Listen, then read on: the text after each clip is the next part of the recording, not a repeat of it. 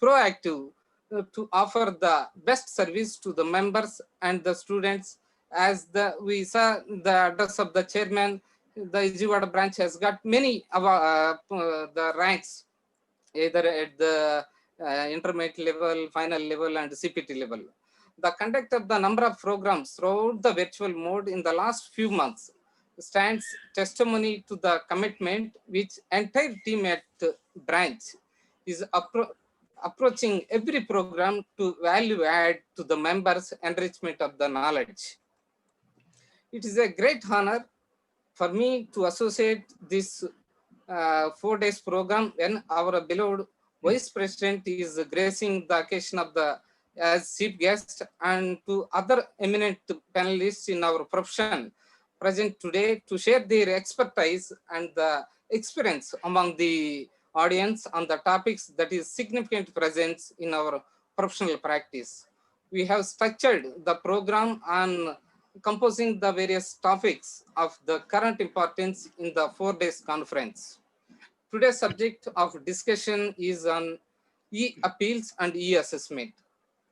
Dear members, with the convention of appeals is giving the way of e-appeal concept as a part of measure by the tax administration for speedy clearance of appeals.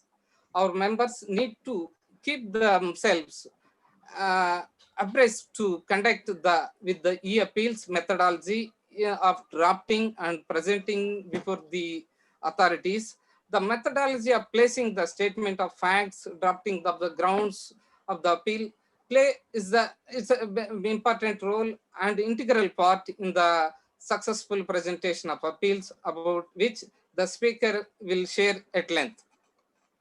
I once again my thanks to our beloved Vice President CA Nehar Niranjan Jambushareji and CA Satish Kumarji, who has yesterday joined, and Prasanna Kumar, Chairman and Vice Chairman of this committee in members in practice, ICI, for giving this proud privilege to the Ijewada branch to host this conference. I also take this opportunity to congratulate and compliment to everyone associated with this conference. I offer my appreciation especially to the Srinivas Rao, Chairman of Ijewada branch, for enthusiastic team for conducting this variety of the topics and continuous topics, which it's I got the good feedback from all the members. It's really appreciable. Before I can conclude, I impress you upon our members and exhort them to keep in mind the social security to self, their families, and also their article assistants by way of taking up insurance policy to their convenient premiums.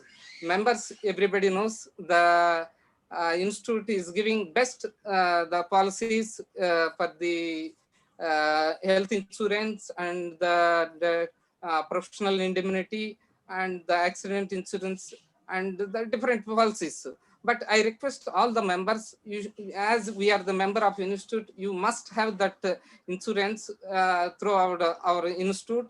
And generally we have that insurance, but I request all the members again, you should take that insurance policy, especially in this pandemic time, to all the article students who are work, because tomorrow we are all of as an employer, we are responsible to take care of the article students.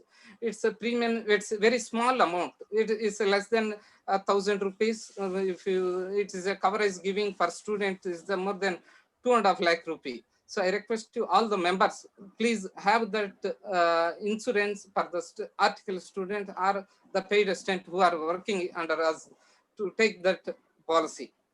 Dear members, as I am the member of SIRC, we recommended for the forthcoming MEF applications so many changes. Yesterday, as the vice chairman of the committee has expressed, Prasanna Kumar sir, so many changes from SIRC side, especially that the allotment of ECN number, intimation of non-allotment, and that the helplines and the cooling period, especially we have that to the different places in the India, more than 33 places in the cooling period, the implementation of cooling periods. So that strict to be implement all this cooling period, and that I request all the members forthcoming ME application, mandatorily you should fill that whatever the concurrent audit you are having presently, you should definitely fill this application so that it will reach to the appropriate authority. The same bank will not invite again as a statutory auditor. And I request the members also, if you have any limits on as a CC or working capital in the name of firm or in the name of your personal capacity, all this also it's a material important mention in the MAF applications. Finally, members, the Ijewada branch is the branch in South India is conducting the many programs from the 1st April onwards. Is the one of the best branch in South India. And again, for our betterment and sharing of the knowledge, Ijewada branch will conduct the program on IBC 14th onwards of this month for the 5 to 7 days, especially for the exam oriented. It's every day having 2 hours or 3 hours. I request whoever the members will interested, please register and join this program. And the IBC will be the one professional program, and will give the importance of the career opportunity in the future days. It will be applicable to the firms, it will be applicable to the individuals, so that it will be greater in the coming days, the importance of IBC. I request the members, please join this IBC program for the forthcoming from 14th of this month onwards. Thank you all giving this wonderful opportunity. I wish the conference resounding the success. Let us keep the flag of ICA Institute as high pedestal. Thank you so much. Thank you for giving this wonderful opportunity. Chairman, sir, you want to thank our ex-officio? While thanking the ex-officio, sir, in the morning itself, sir has advised us about the refresher course on IBC, sir, that we applied in the afternoon at 12:30. And by 1:30, we got the CPE permission of 7 days completely. The course is on from the 14th to 20th. Revati ma'am is also here. She's the chief architect in designing the course along with our Falgun Kumar sir. And I request Revati ma'am to kindly say a few words about our minute for this on this occasion. Over to you, ma'am.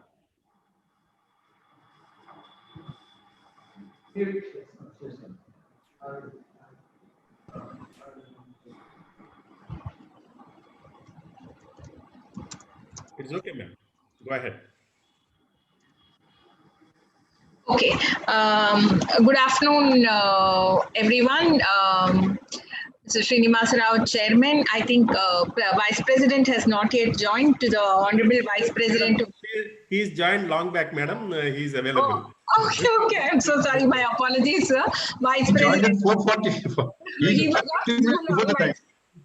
Okay, he was not visible on my screen. I think I joined a little late, so I missed you. My apologies, sir. Good afternoon to the Honorable Vice President of the Institute, Mr. Srinivasa Rao, the absolutely dynamic chairman of the Vijayawada branch, who's been conducting such wonderful programs during this pandemic period. I think more than the pandemic, the members of the institute will remember, especially Vijayawada branch will remember all the innovative programs that he has been doing. I have been a part of the Women of Wisdom program which he did, and also currently the IBC which we are planning.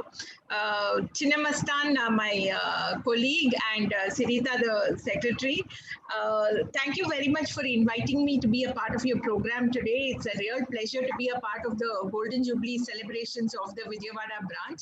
Not surprising, because going by my association with this branch committee members and others for the past 2-3 years, I find that everyone here is so engaged in the activities of the branch, and everyone participates in all the.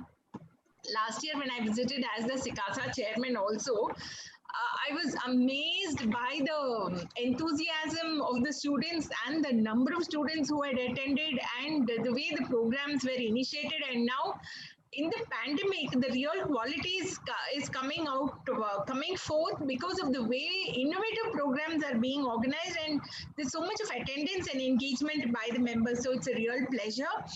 And I would like to touch a little upon the IBC refresher course, which we are planning on the 14th for 7 days. We have covered, planned to structure the program in such a way that all your topics for the examination is covered. So what the members have to do is just attend the course and prepare. When we conducted this in SIRC, there are a number of people who have cleared the course after taking this refresher, which we had conducted. So I'm sure that Vijayawada branch members, whoever join, you will definitely be able to clear the course. I want to say that IBC is one of the sunrise sectors currently now as a professional opportunity, because once the pandemic is, going away and the lockdown is lifted from IBC, there is going to be a whole plethora of opportunities for us, because even though the fact that the default limit is lifted to 1 crore has been enhanced to 1 crore, it will definitely be brought down to a more smaller amount, like 30 to 50 lakhs. And also individuals and partnerships is going to be notified. Once all this has happened, there's going to be a huge opportunities thrown open to the professionals. And I think that, it is... I'm not being optimistic or pessimist in saying that every firm needs to have a separate insolvency vertical. Okay, you need to have an insolvency vertical with one partner handling it. We are all going to be flooded with work, and leave GST, the other opportunity which has been thrown open. Madam, kindly, sorry to interrupt you, ma'am, because it is the program that is designed for others. Okay, we'll cover it some other day. Yeah, so thank you very much for inviting me, sir, and all the best to this lovely program. Thank you. Sorry, ma'am, sorry. Thank you. Thank you very much, madam, for those words and also insight into the IBC. May I request Central Council member CA Prasanna D to say a few words about our Honorable Vice President. Yeah. Respected CA Nehar Jambusiaraji, Honorable Vice President of the Institute of Accountants of India, and the chief guest for today's webinar, CA Srinivas Rao, the chairman of Vijayawada branch of SIRC-ICA, CA Chinnamastan, the regional council member at XFCO, CA Revati Raghunathan, regional council member, CA Falgun Kumar Gi, the past chairman of SIRC and today's speaker, CA Sita Shiri, the secretary, Netta Ravikishore, the chairman, Bonu Chandra Rao, the vice chairman, and Narendra, the treasurer, Nagavallikar, the immediate past chairman, Sunita, managing committee member, and their participants, and ladies and gentlemen. So good evening to all of you. It is a proud privilege for all of us to have the presence of Honorable Vice President as a part of the Golden Jubilee celebrations of the dynamic branch, Vijayawada branch. As I was telling you, on the day of the Golden Jubilee celebrations, Vijayawada branch stood many firsts in many implementations as far as the combined Andhra Pradesh is concerned, and also after the bifurcation of Andhra Pradesh also. So we have got a very great visionary in the Honorable Vice President. So the person who is a very seasoned person, with a very experienced person, a balanced person. We keep learning in every meeting, some good quality we pick up from him. That's what we call it. There are a lot of things we have emulated from Honorable Vice President. So Vice President, as Vice President is concerned with Vijayawada branch, he has got a lot of connection, because already in the month of February, as soon as he took over the Vice President also, he appeared before in the month of March. He appeared the same similar type of webinar in a bank audit seminar that time also. Though that was a very small program, still he did not want to displease anybody. When there was invitation of the branch, he honored that one and made a good presentation that day. So, sir, we welcome you for the second time you are coming. Probably this, in the history of Vijayawada branch, the second time a vice president or president is coming to the branch is the first time, sir. So it's a great day for all of us. So it will be written as in golden letters, your second time presence in Vijayawada, sir. Sir, after our vice president took it, the reins of vice president, there are so many administrative reforms that have been taken up. So he believes in taking up some issue and resolving it and taking it to a logical conclusion. That is the great thing. It's not that some item is taken for the sake of taking. It's not for the sake of inventory, for the sake of record. No. is not the case at all. The administrative reform and the examination reform, so many things are happening. Yesterday, even the Vice President also touched upon certain examination reform. All these things are under the guidance of the Honorable Vice President. You know, the entire institute is going to come under already SSP is in place. Now, the second stage of reforms is going to be digital reforms is going to be ERP. The entire institute functioning, all functioning the committees, and the entire 164 branches, 5 regional councils, and so many locations within India and abroad. Everything is going to be under an ERP platform, a state of ERP platform. The Vice President has taken lead in the ERP implementation. As for the functioning of the committees is concerned, with his efforts, there's a group which is working to see that all the functions of the committees is going to next pedestal, where we get more freedom, more functional issues will be discussed on the front. I know whenever we participate in a meeting with the Vice President, the first thing is before time. On time is something different. On time is if it's 5 o'clock in the meeting, you come at 5 o'clock is on time. He comes before time. So that's why we're all very alert. Whenever there's a meeting, we also come at least 10-15 minutes before the meeting. He believes in a participatory meeting. That's the greatness of him. He believes in collective wisdom and a collective decision. So whenever we speak, Vice President never stops us in a meeting. Personal time is over, please stop. He never said, yes, please speak. We want some collective wisdom to be there, collective participation. That is the greatness of this one. I too have learned that one. Whenever I'm going for a meeting, I don't stop anybody. If the time is available, we say, you must speak. As I told you, we emulate a lot of good qualities from him. And the inclusive growth is the one he believes in for the CA profession. So that's also a welcome measure. As far as the IFRS is concerned, it was a great challenge for India to implement IFRS. The India was in place. India's implementation, there are so many challenges.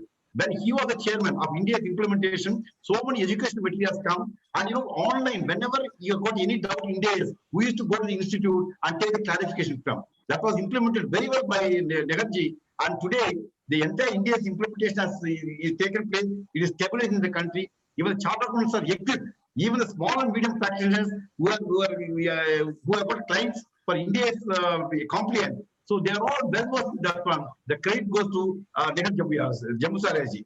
So friends, he is a prolific speaker, particularly on taxation, domestic taxation, international taxation, and accounting standard. He has attended close to 1,000. I think before his vice presidentship, during vice presidentship, and later on, I think we have celebrated one day when he touched the 1,000 mark in speaking on seminars.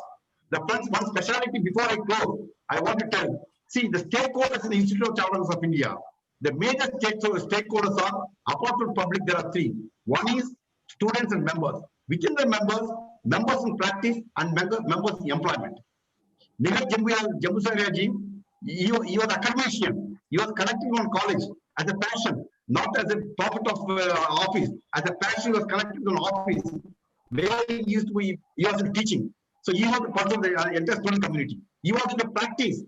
He was in a large firm, on his own family firm, he was in a practice in various places. And also, he is holding a highest senior most position in the Reliance Industry, group of Reliance Industries. So he knows the he knows the students, members in practice, and members in industry. Such a great combination. As far as my memory goes, I don't remember any president had all these experiences. This is the first time in the history of ICI we have got a president who can take care of all the stakeholders, students, members, everyone. That is the greatness in him. That we're not privileged that is such a great person is the vice president today. And as I told you yesterday about the vice president, today's president, same thing with Neharji also. He comes to every day. He comes to WRC. Now COVID-19, he is not able to travel to Delhi. He is not stopping every day morning when we come to office. He comes to WRC. He participates till the evening. Even while traveling the car, we have got every alternative. We got a meeting in 10 o'clock is the meeting. While traveling the car in the traffic house, he will participate.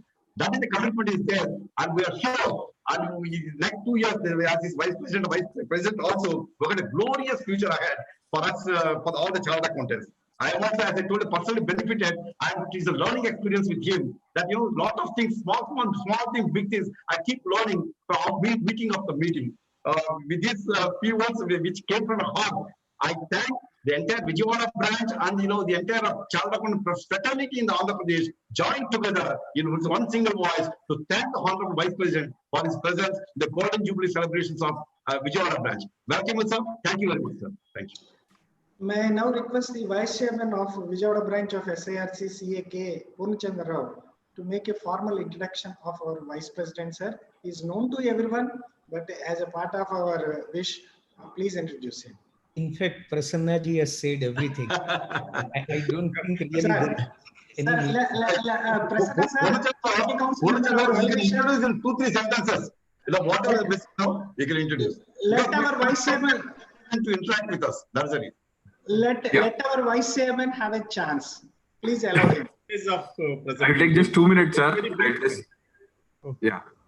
Yeah, Purna, It is our privilege to introduce our Honorable Vice President of ICAI, CA Nihar Niranjan Jambusaria ji, who is here marking the Golden Jubilee celebrations, who is here with us in the flagship program of Vijayawada branch of SIS of ICAI, Swarnodaya, a man of professional wisdom, vision, and strong organizational skills, with a firm belief in all-round inclusive growth of Indian Chartered Accountancy profession. CA Nihar Niranjan Jambusaria has been elected as the Vice President of the Institute of Chartered Accountants of India for the year 2020-21.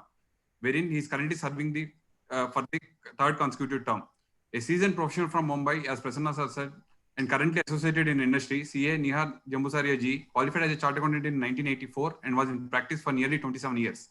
CA Jambusaria ji is now Vice Chairman of all standing committees, including Executive, Finance, and Examination committees, besides being the ex officio member of all the non-standing committees and joint editor of ICAI Journal. He is Director of the ICAI Research Wing, Accounting Research Foundation, and Exhibar India. CA Jambusaria ji has been nominated as ICAI representative as member for Committee on Corporate Governance Guidelines for Insurers of IRDA in India. A blend of erudition, experience, foresight, technical expertise, and professional experience worth emulating, and a fellow chartered accountant from Mumbai, CA Nihar Jambusaria ji has also been chairman of WRC of ICAI in 2004-2005. An altruistic hard worker, bestowed with exceptional organizational, networking, administrative, and leadership skills. He has been serving as Central Council member since 2013. Sir has represented ICAI in many important committees constituted by the government ministries. He has been nominated as a member of the e-commerce committee formed by the Ministry of Finance and peer review committee of the Central Board of Direct Taxes. Sir has made noteworthy contributions in whatever capacity he served the profession, particularly as the chairman of India's Implementation Committee, ICAI, International Tax Committee, and various other important committees, Board of ICAI. He also has served as a member of SAFA Committee on Professional Accountants in Business. CA Jambusaria ji has been a prolific speaker at national and international forum as an avid academician and an orator par excellence. He has attended and contributed to numerous national and international seminars. He has addressed more than 900 seminars, conferences, so far covering various subjects of professional interest like direct taxes, accounting standards, international tax, and professional development and alike. With focus on innovation and niche enablement, he intends to translate his passion for the inclusive growth of the profession through the transformational agenda that the current situation warrants. With this illustrious profile and a man of rich experience and expertise, I request our Honorable Vice President to address the gathering. Over to you, sir. Sir, before saying that, a small word, sir. Thing is, yesterday we have listened to your President, sir. After we are the cricket lovers, after Dhanadhan Dhoni, it is the time for the King Kohli now to take on the things, sir. Over to you, sir. Thank you. Thank you, Chairman and Vice Chairman, for generously introducing me. Good afternoon, everybody.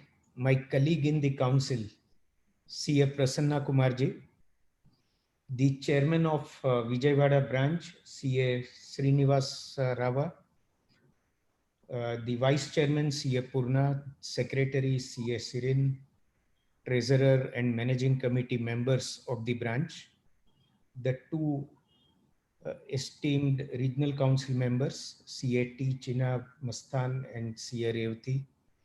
I understand Revati ji could not recognize me because I am not in the normal uniform. Today it is a hot day in Mumbai, so I thought let me get rid of the coat and the tie. So she could not probably make out that I am there. Friends, today's two very learned speakers, CA Falguna Kumar and CA Pramod Jain, who is also my colleague in the council. Now, before I say anything today, let me mention, because I think it is necessary, that CA Prasanna Kumar is an excellent addition that South has given to the council. And let me inform you that he is working on so many reform initiatives of the institute. He mentioned about exam reforms. Prasanna Kumar himself, along with another colleague, is heading this initiative. And many aspects of this initiative yesterday, the president must have mentioned, so I'm not repeating, like even online paper checking. Time may come when we may go to online exam if required, and to the extent possible looking at current conditions in the country. But it looks as if God has some message for all of us. And going forward, probably God himself wishes that we conduct most of our activities on virtual mode. It's a great pleasure today to land into Vijayawada, the holy place, uh, where it is also a business hub of Andhra Pradesh. Although physically someday I will definitely love to visit Vijayawada, but today virtually, it's a great pleasure to be landed here. Friends, I was going through the history of this branch, which Prasanna ji also sent me. And I could see that it is now 50 years that you have completed, and it is Golden Jubilee year this year. I think it's a great uh, combination, or it's probably an event taking place in the same year. It's a Golden Jubilee year, and this pandemic has struck the country, the entire world, in fact, and it brings golden opportunities not only for the branch but for all the members of the profession. Now, one cannot say that a pandemic is good for anyone. It is not good for human beings. It has taken toll on human life. It has also taken toll on economy. But it is at such time that professionals are thoroughly tested by even Almighty God. And it is at this time that we all must rise to the occasion and show that we will not only prosper, but we will prosper with our country, with our businesses, with our clients. And this is the only profession which flourishes with the growth of the client. If you look at any other profession, some of them flourish at the cost of clients, but we flourish with the growth of clients, and our contribution is really very significant in the growth of businesses and economy of this country.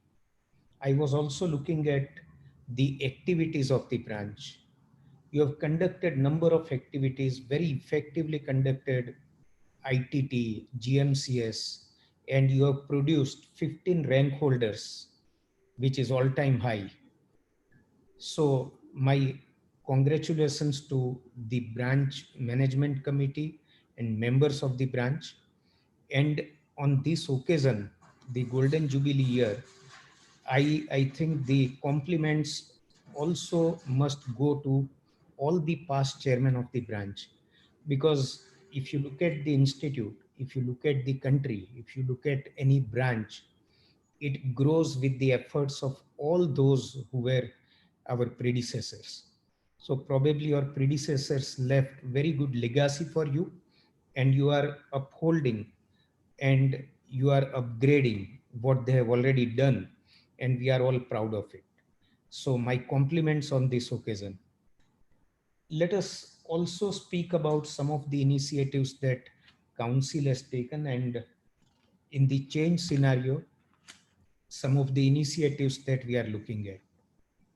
See, there was time probably 6 months back when this pandemic had not struck, when in this country, many branch chairmen were heard saying that ours is a less privileged branch.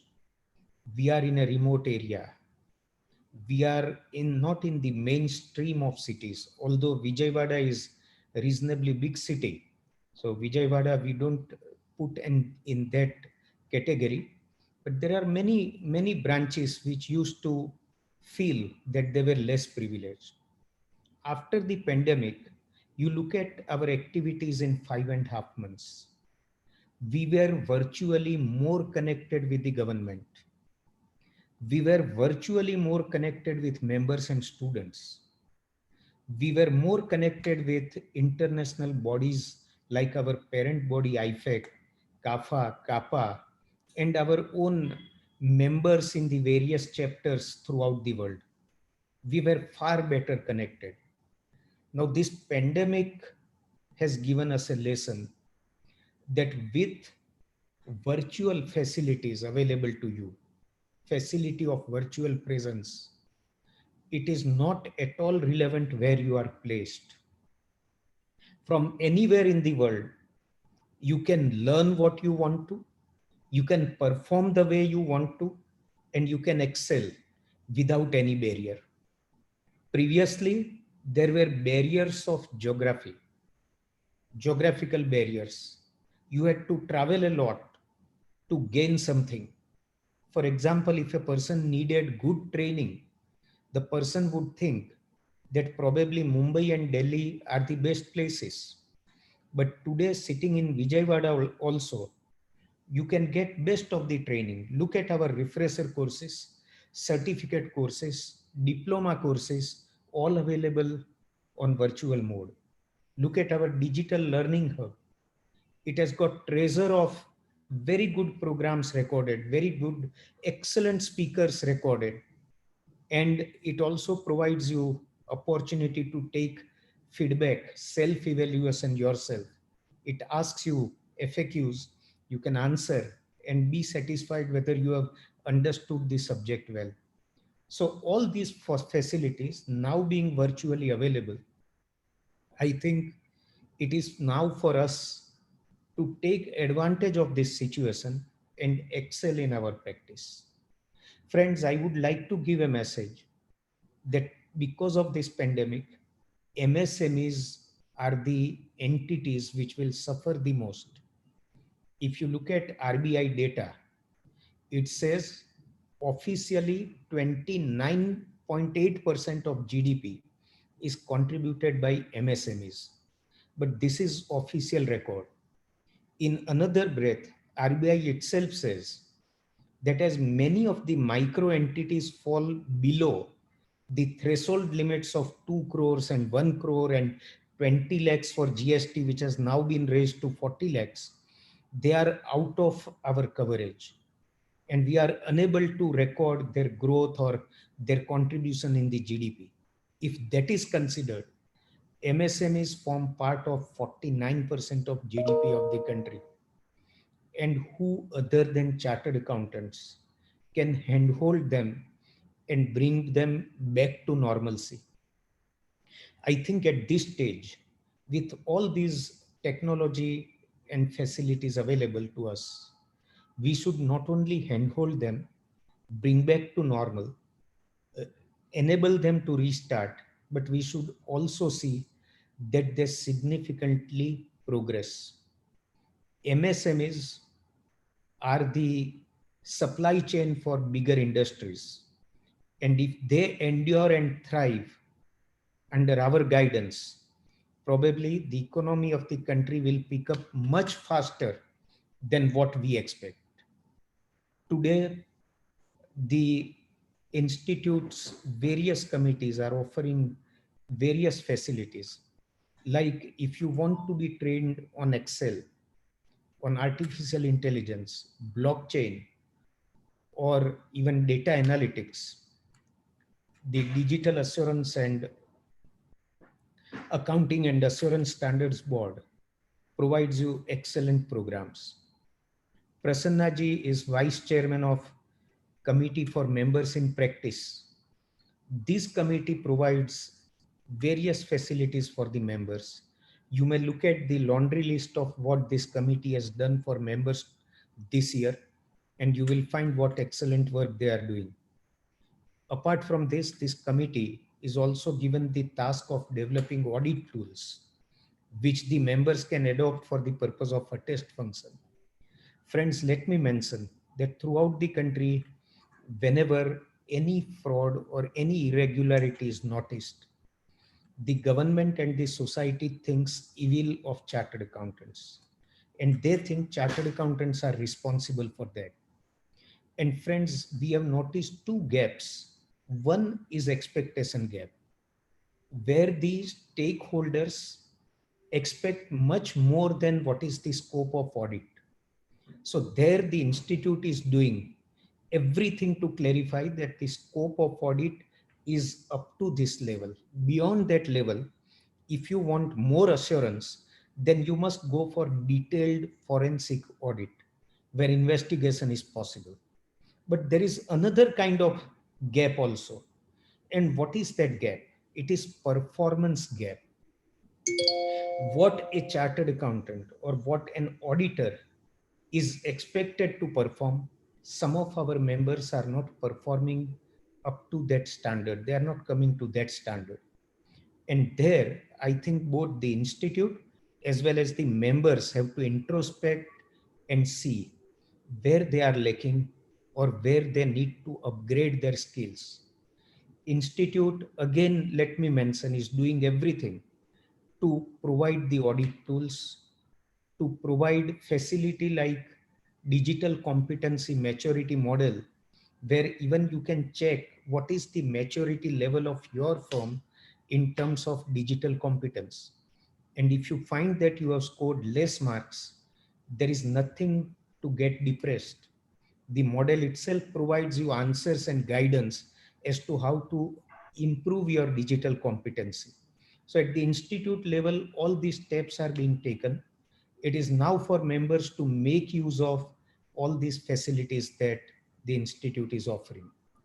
Let me also talk of another emerging area which the entire world is concerned about, particularly UN, and that is sustainability development goals of UN. UN has come out with 17 SDGs, sustainability development goals. And let us talk in simple language what this entire initiative is.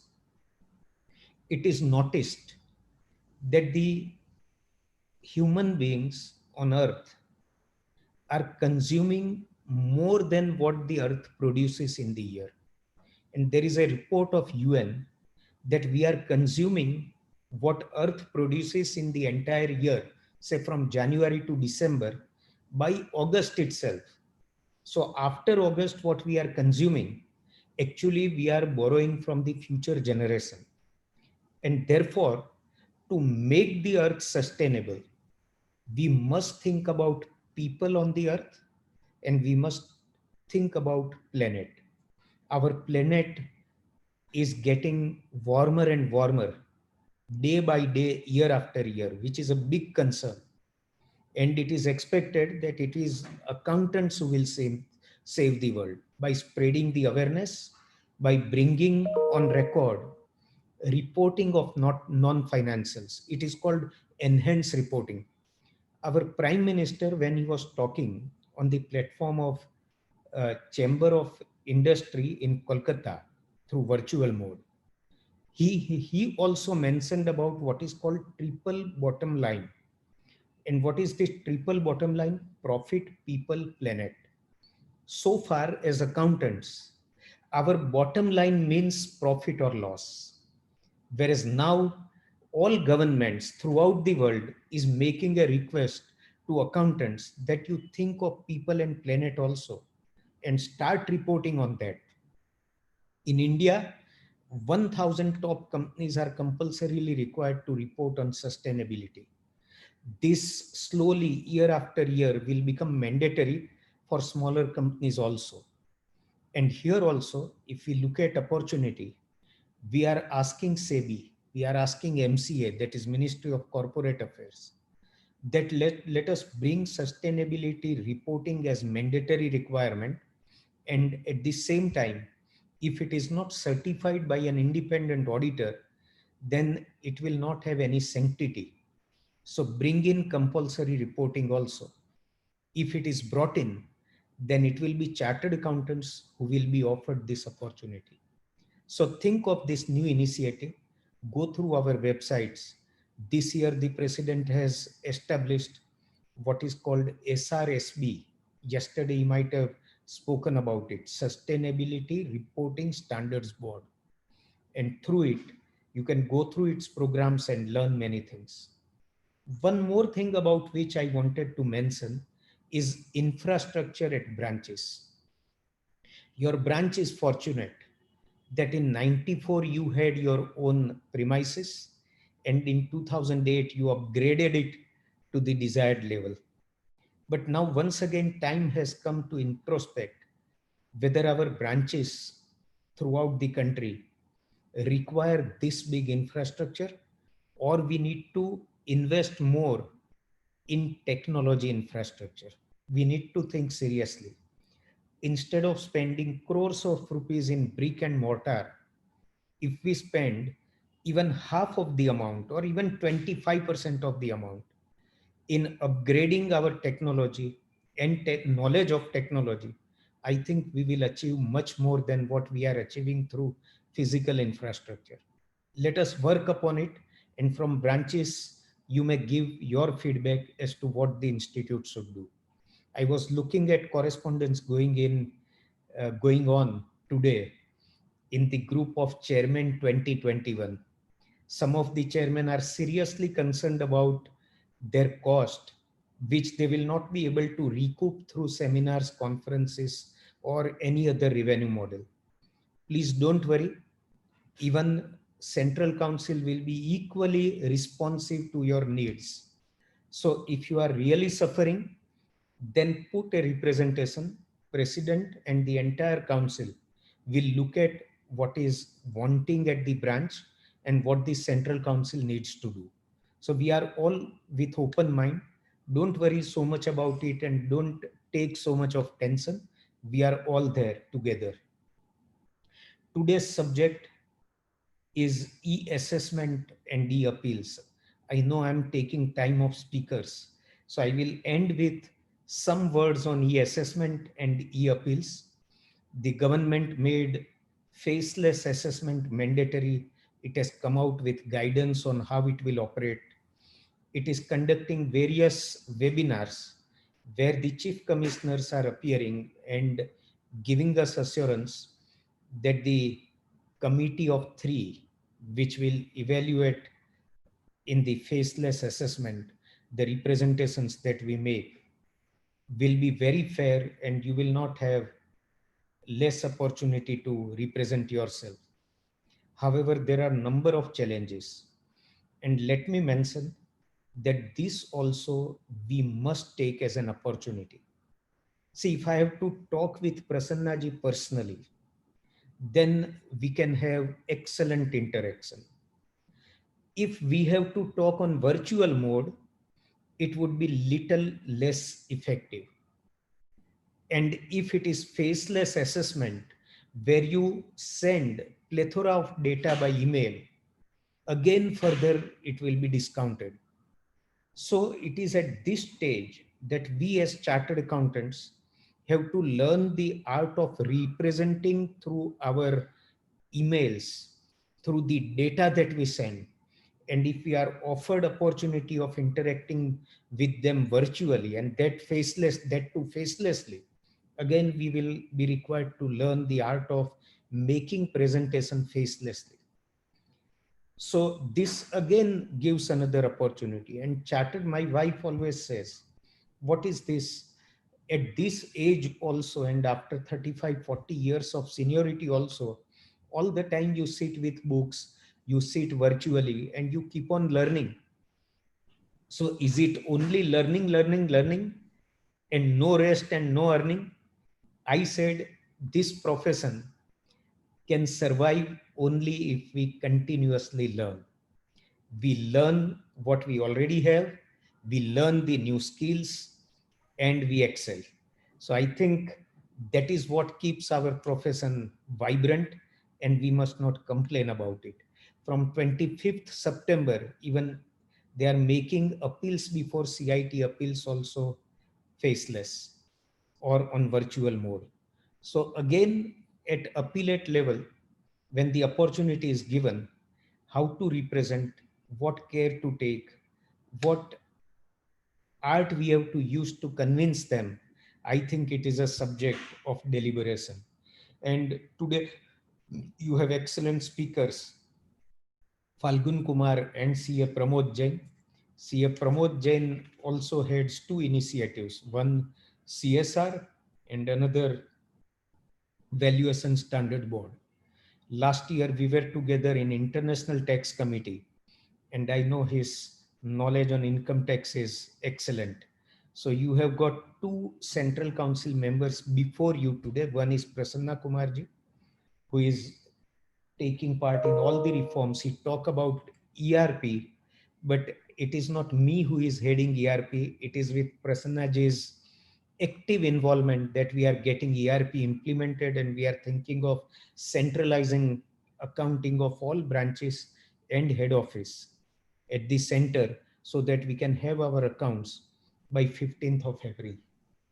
Apart from this, Prasannaji is also presiding officer of Board of Discipline, and in just second year itself, he is presiding officer of a disciplinary function, which also, and he's doing great job there. He's convener of career counseling group. This requires lot of innovation. It's competitive world. So many courses are competing with us.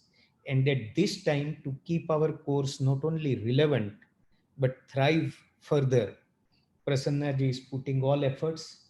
I'm sure that our institute, with the efforts of you at branches, uh, regional council members at region, and our efforts at council, this collective effort will bring a lot of laurel and glory to our profession. I'm once again thankful to Prasannaji and branch chairman for inviting me today to talk my heart with you. I hope I have added at least some value for the members, and I'm once again thankful. Wish all the best to the branch. After another 50 years, this branch uh, will have grown manifold. Let us wish all the best to the branch. Thank you so much. Thank you. Prasanna ji, half minute. Yeah. Thank you, Vice President, sir. So there's a lot of value addition given. As I told you, very seasoned, experienced person. So whatever you speak, there's a lot of learning for all of us. Thank you. So now that this year, as we understand, the COVID-19 pandemic, maybe it lasts for another 3 months or 6 months, but certainly not beyond February 12th. When you are going to take the reins of the administration of the institute as a president, I'm sure we will have your own cooperation when you're the president also. You will pay a visit to Visakhapatnam when it is due. You will pay a visit to Vijayawada also for a physical presence. So when Purnachandra, he will be the president. He's nodding his head. We can see glow Vice Chairman's face. Thank you very much, sir. It's a great pleasure having your presence here, sir. Thank you. Chairman, sir, half minute. Unmute, please. Thank you, President, sir, Vice President, sir, for the excellent message that you have given to us. Definitely we follow your footsteps. I know that immediately after this thing, you have written a letter to all chairmen saying that your accounts has to be given in spite of the pandemic situation also by May 10th, or even it has extended to, of course, June first week. But thing is, that is the type of commitment that everybody, the persons in the helm of the affairs, then only it is possible for the chairmen to drive out those things. Definitely we will follow your footsteps, sir, and you are being the guiding factor to us. Thank you, sir. Thank you. Thank you for gracing the occasion. A quick vote of thanks by Secretary of Vijayawada Branch, CA Srita Shareen. Thank you, sir.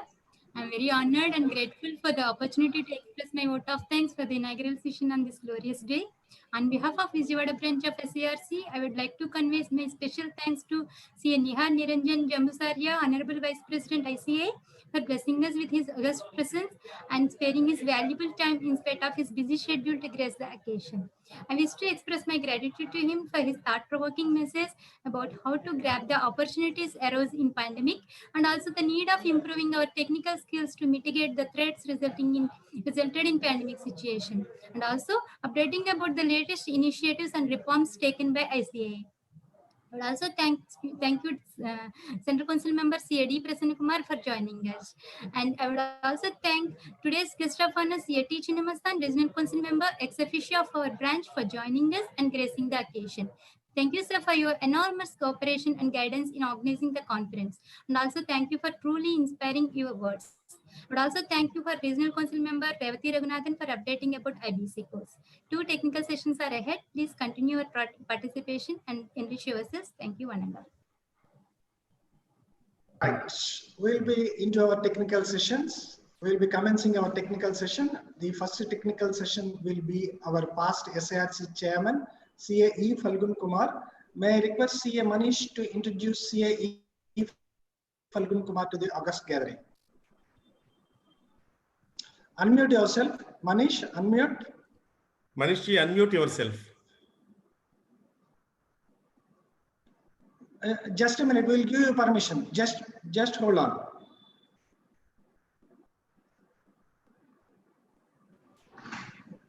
Good evening, everyone. Dr. C.A. Falgun Kumar is a fellow member of ICAI, practicing as Chartered Accountant Tirupati since 1979 for past 41 years. As managing partner of E. Falgun Kumar and Company, he is aged about 65 years. He is married to Srimati Vijay Lakshmi, who is a doctorate in home science and work as a principal of TTT College. They are blessed with 2 children, son and daughter. Both of them are qualified CA practicing with father. Daughter-in-law is also a CA practicing in his firm. He is a classical flute player also. His education qualifications are MA, MCom, MBA, BL, DSA, PhD. He is the member of Institute of Company Secretary for India also. He got qualified as Independent Director's Eligibility Test of IICA of MCA. He is a member of Regional Direct Tax Advisory Committee. He was appointed as member of Board of Studies of SB University and also SP Mahila University for period 2012-14 period. He presented more than 366 technical papers in past in various CPE seminars in all 4 southern states, CA branches. On GST, he has delivered more than 50 lectures across southern India. He got his doctorate in accounting and auditing standard for non-profit organization from Sri Venkateswara University, Tirupati. He is serving the society as trustee and executive member of several charitable trusts for 3 years. Charitable trust in Tirupati. He has been appointed as financial committee member for 3 years, 2020 to 2022 of IIT Allahabad. He was elected to Southern India Regional Council of ICAI in the December 2009, 2012 and 2015 elections. He was the chairman of Southern India Regional Council for year 2016-17 year. Thank you for giving this opportunity, sir. Yeah. Thank you, Manish. Over to you, sir. Falgun, sir. Please unmute. You got a message to unmute on your screen. Please click that. Yes, sir. Sir, we can hear you. Okay. Do you have a PPT to share, sir? Yes, sir. Sir, at the bottom of your screen, you have something called as a share screen. Yes, sir. Please click on that, sir. Okay. Is your PPT on, sir? Yes, I'm making it up. First on the PPT and come back and click on share screen. Okay, okay.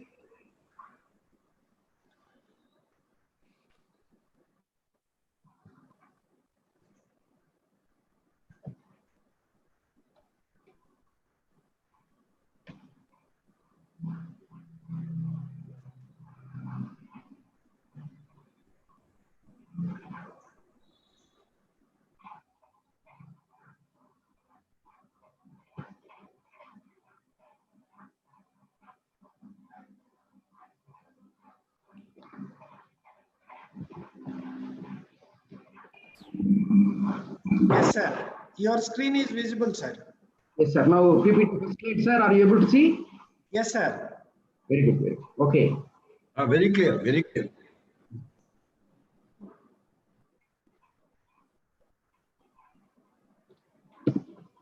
That's great, sir. Right. Yes. Good evening, friends. Honorable Vice President Nihar Jambusaria from Mumbai. Honorable Central Council members, Sri Prasanna Kumar from Vizag and Sri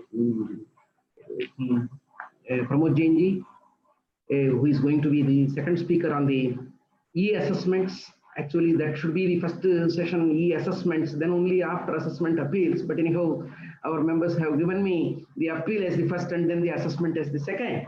But anyhow, I will take this opportunity.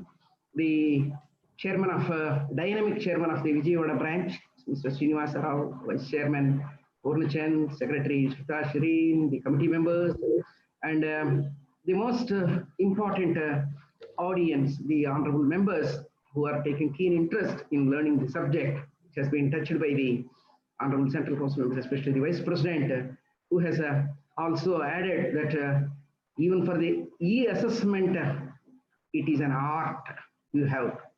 For e-assessment itself, the drafting and representation is going to be a tough job, and for e-appeals, it will be more tough. So, as the technology has progressed, for more transparent, accountable governance, the technology is being used by the government. It's more proactive. What the constitution in democracy has assured is going to come to reality with the digital technology.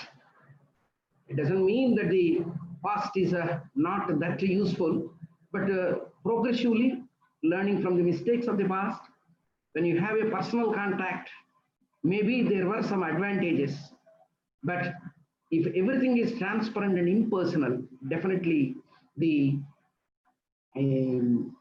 decisions will come more unbiased, and actually the justice can be delivered more equitably to all the people, especially the tax money contributors. So, as our Vice President has already touched briefly, e-assessment has become the faceless assessment, but the e-appeal now has to become the faceless appeal that is going to be from this month 25th. So for the e-assessment, the procedure like assessment unit, the technical unit, verification unit, and finally the review unit, all these things have been well crafted, announced, and deliberated, and put in the website of the income tax department itself, and many seminars are being held, and you are going to see how the assessment stage, it will be more transparent. One person is not going to decide, because the assessing officer, being a quasi-judicial officer, is independently, judiciously capable of his abilities, may be limited, his time may be limited, but the e-assessment is going to be more transparent. For example, in the e-assessment, you are going to see, without issuing a draft assessment order, final order will not come. So to reach the draft assessment order itself, 3 more stages are there proceeding. So definitely everything will be considered, everything will be more judicious, transparent. Even after such e-assessment, is there a necessity for appeal at present? Because only one assessing officer is drafting the assessment order, though it is an e-assessment, but not a faceless assessment. So the drafting and representation is considered to be a more valuable, say more, say professional job now at the present stage. From September 25th, after maybe the present, all the present appeals the government has announced are going to become the e-appeals. The pending appeals now, lakhs of cases are there throughout India in the first appeal and the second appeal. So all these cases are going to become e-appeals from September. Already what you have presented maybe without decision are waiting, they are also going to be e-appeals. The procedure for e-appeal is going to be announced by the government shortly in a couple of days. So from September 25th, the appeals will be there. And secondly, this process of digitalization not necessarily is going to stop with the income tax. The same procedures, e-assessment, faceless assessment, faceless appeals will get extended to the GST also. So the necessity for us as professionals to learn the nuances, to get updated with the technology, as our Honorable Vice President has said, continuous learning.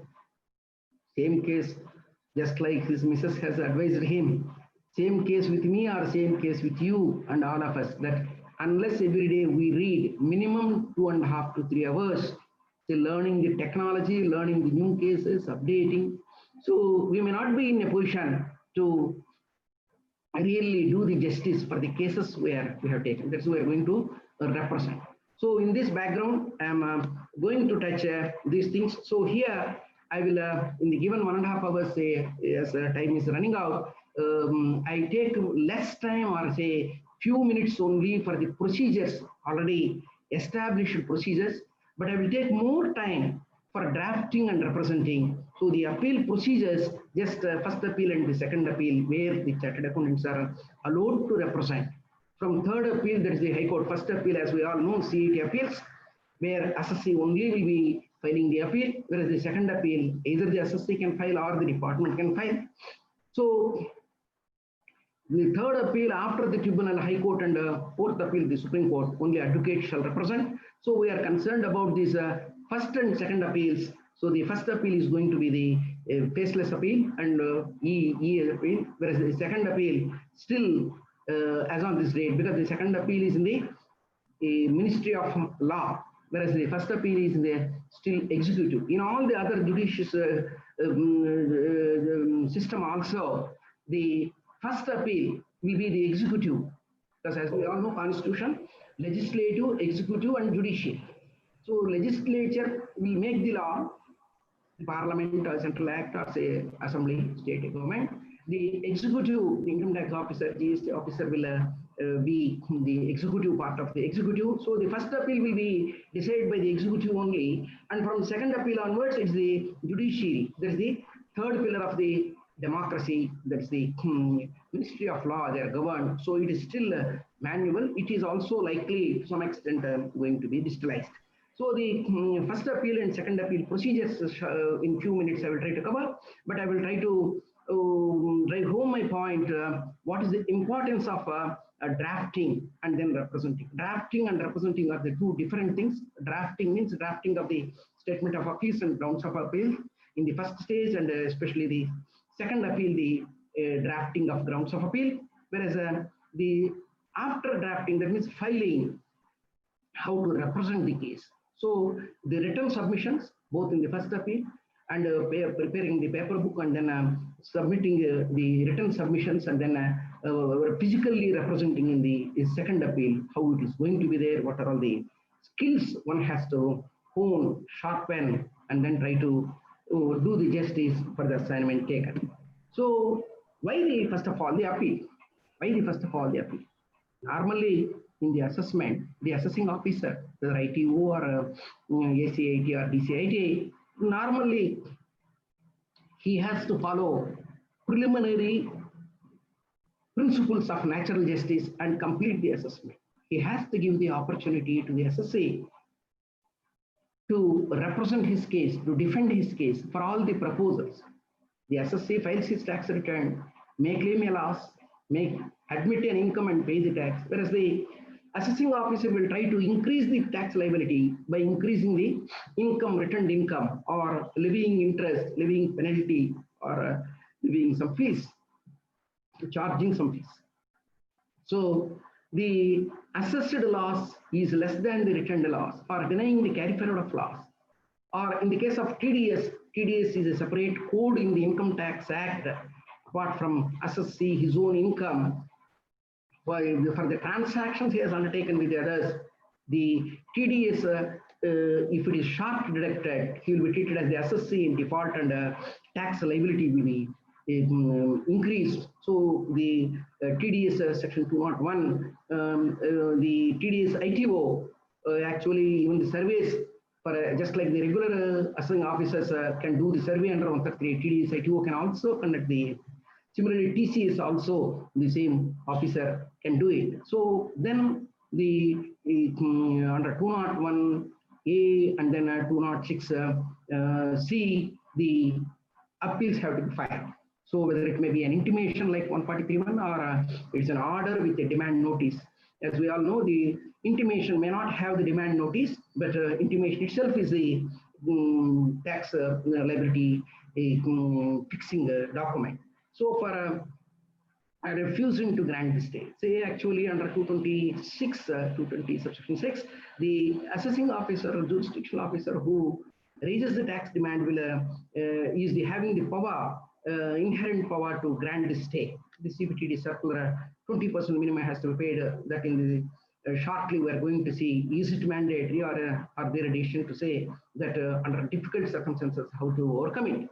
So similarly, on technical grounds, the assessing officer may not be the actual jurisdictional officer. So as per the law, as we all know, the collection of taxes is the inherent power of the government as per constitutional section, the Article 165.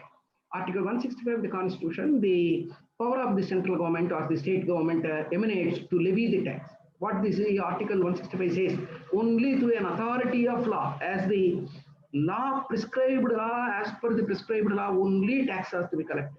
So if the prescribed procedures, prescribed formalities are not completed, the notice is not served, the section is not the correct section, the assessment is not properly done, then on technical grounds also the appeal can be filed and say this, no, I am not liable to pay the tax because you have gone on a wrong footing. So the assessment under wrong provisions. So the instead of 153C, maybe in a such case 150 in A, 153A, the assessment may be the notice is not properly issued, sir.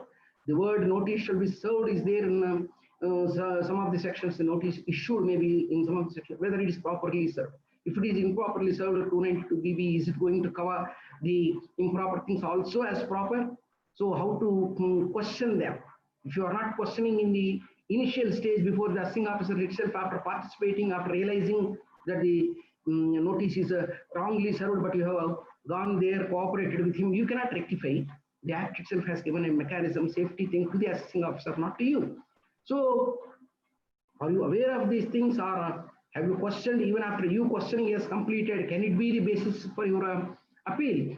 So, wrong facts. So, the facts, as the assessee understands in his favor, the assessing officer may take them on the wrong footing and then say interpretation in another way. So similarly, not only the facts, the legal position also, the assessee interprets in his favor, same thing the department may interpret in its favor. So then can we question it in the appeal? So then, for example, not following the binding decisions. So as per Article 141 of the Indian Constitution, every decision of the Supreme Court is binding on all under every law. The contentious issues, if they are decided by the Supreme Court what decide is the law, which shall be followed by all the authorities down the line, whether it's high courts, as I say, tribunals, or the CH appeals, or the ITOs. It's binding on them. They have to follow it because what the Supreme Court is. But in each and every case, which may not be on the facts and circumstances, in the sense slight variance may be there. If it's 100% ditto, definitely as per the ratio decidendi, we have to the judicial precedents, the Supreme Court decisions are binding. So otherwise say there is no Supreme Court decision, but a High Court decision, especially jurisdictional High Court decision, is there, is also binding.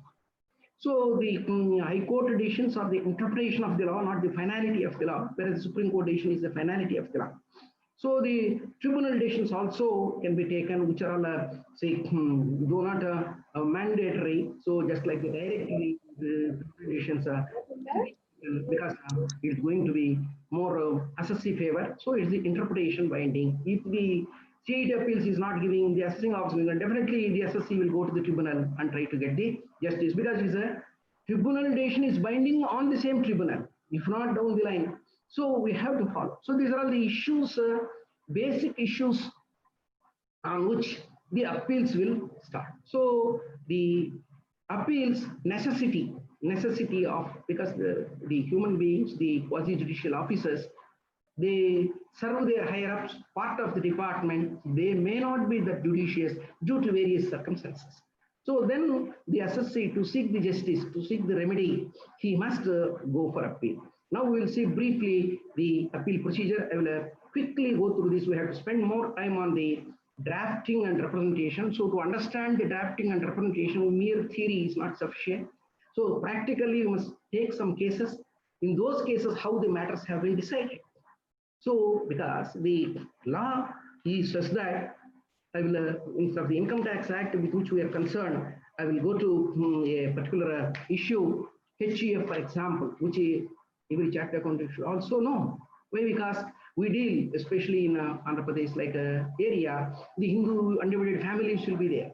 In 2005, the Hindu Succession Act Section 6 was amended, saying that the sons are equal to, actually in 1985 in the total country, Andhra Pradesh is the first state which has amended the Hindu Succession Act.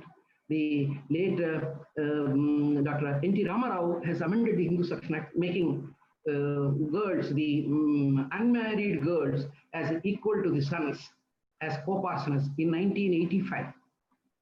Followed by Tamil Nadu, Karnataka, Maharashtra, several state governments, after a few years, they started amending. Realizing this, total country in 2005, the Hindu Succession Act has been amended, which is superseded the state acts, thereby not necessarily unmarried daughters, married daughters are also entitled to at par with the sons, as on say 9/9/2005. So the wording in that is the daughter in the family is entitled to in 2005. On this, what is the meaning of the word daughter? Because we are now dealing with the appeals, the interpretation of the statutes and the decisions is more important. What is the meaning of the daughter? As we all think that we know the meaning of the word daughter, but the Supreme Court in 2016, in the case of Prakash versus Kulavati, the Supreme Court has said daughter means only as on 9/9/2005, when the Central Act of Hindu Succession Act 6 is amended, then the father should be alive, the daughter should be alive, then alone she is equal to the son as a co-partner, entitled to equal share in the family. So the word daughter has got the new meaning, correct meaning under the HF. We all thought in the 2016 Supreme Court decision. Whereas in 2018, a larger bench, when the matter has come with this Danamma, Suman versus Amar and others in 2018, the same Supreme Court has said, not necessary, even the daughter dying subsequently also, yes, is entitled to, her children can claim along with the brothers of their mother. That's what in 2018, the last month, August 2020, August 12th, we got the decision in Vinit Sharma versus Rakesh Sharma that there is no necessity that 2016 Prakash versus Kulavati decision or 2018 decisions keep aside. So the larger bench of the Supreme Court said, daughter, not necessarily the father should be alive or the daughter should be alive as on 9/9/2005 when the act is amended.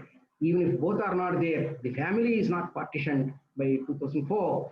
Definitely, even if both are not there, the family is HEF, even now they can get. So thousands and thousands of cases and crores of rupees litigation will come. This is how one should be able to follow the decisions.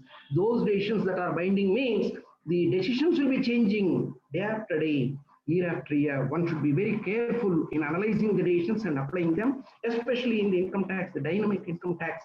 One should be thorough with all these things. Now, I will take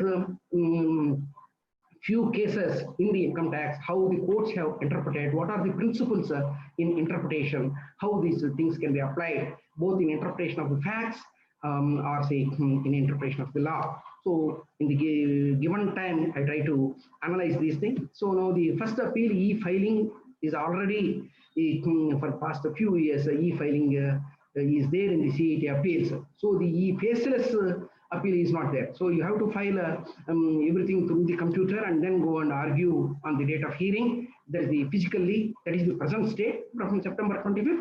E-faceless appeal means just like your e-assessment, it is going to be there. So just the formalities are how to file Form 35 online and who has to file and which orders are to be filed. For example, every order first time you are receiving from the Income Tax Department cannot be. For example, there are 3 types of orders under Section 12A for a charitable institution. If you apply for a registration, the commissioner exemptions will be denying, let us say. So the commissioner has to see the genuineness of the trust and genuineness of the objectives. The persons who promoted, are they genuine? And the objects are lawful objects to give the 12A registration, either religious trust or say charitable trust. We have seen Andhra Pradesh, especially like many other states, neighboring states also, left and right the 12A is denied. Left and right in the sense for Kakinada JNTU, 12A is refused. For Warangal Kakatiya University, 12A is refused. For Hyderabad University, 12A is refused. They are all public universities. So even then 12A is refused. No doubt going to the tribunal. In majority of the cases, tribunal has accepted that the commissioner erred in refusing this 12A. So a commissioner level officer who is not following the letter of the law, and then the precedents, legal precedents, and majority he refused, and majority are again given the life, saying that 12A has to be given, not that 12A has to be given. Tribunal itself has got the power, so it has said 12A we are granting. So these are how the 12A orders, the 144C transfer pricing orders, and then the other order is there. So which have to be filed directly to the tribunal. It will not come in the first appeal before the CET appeals. They have to, that is the 263 order, the third one, the commissioner a revisionary power is having. So once the assessing officer complete the assessment, if it is prejudicial and erroneous to the revenue, under 263, the commissioner will revise the order. So that order can be challenged, not the commissioner appeals directly to the tribunal. These 3 are not appealable under this first appeal procedure, but second appeal.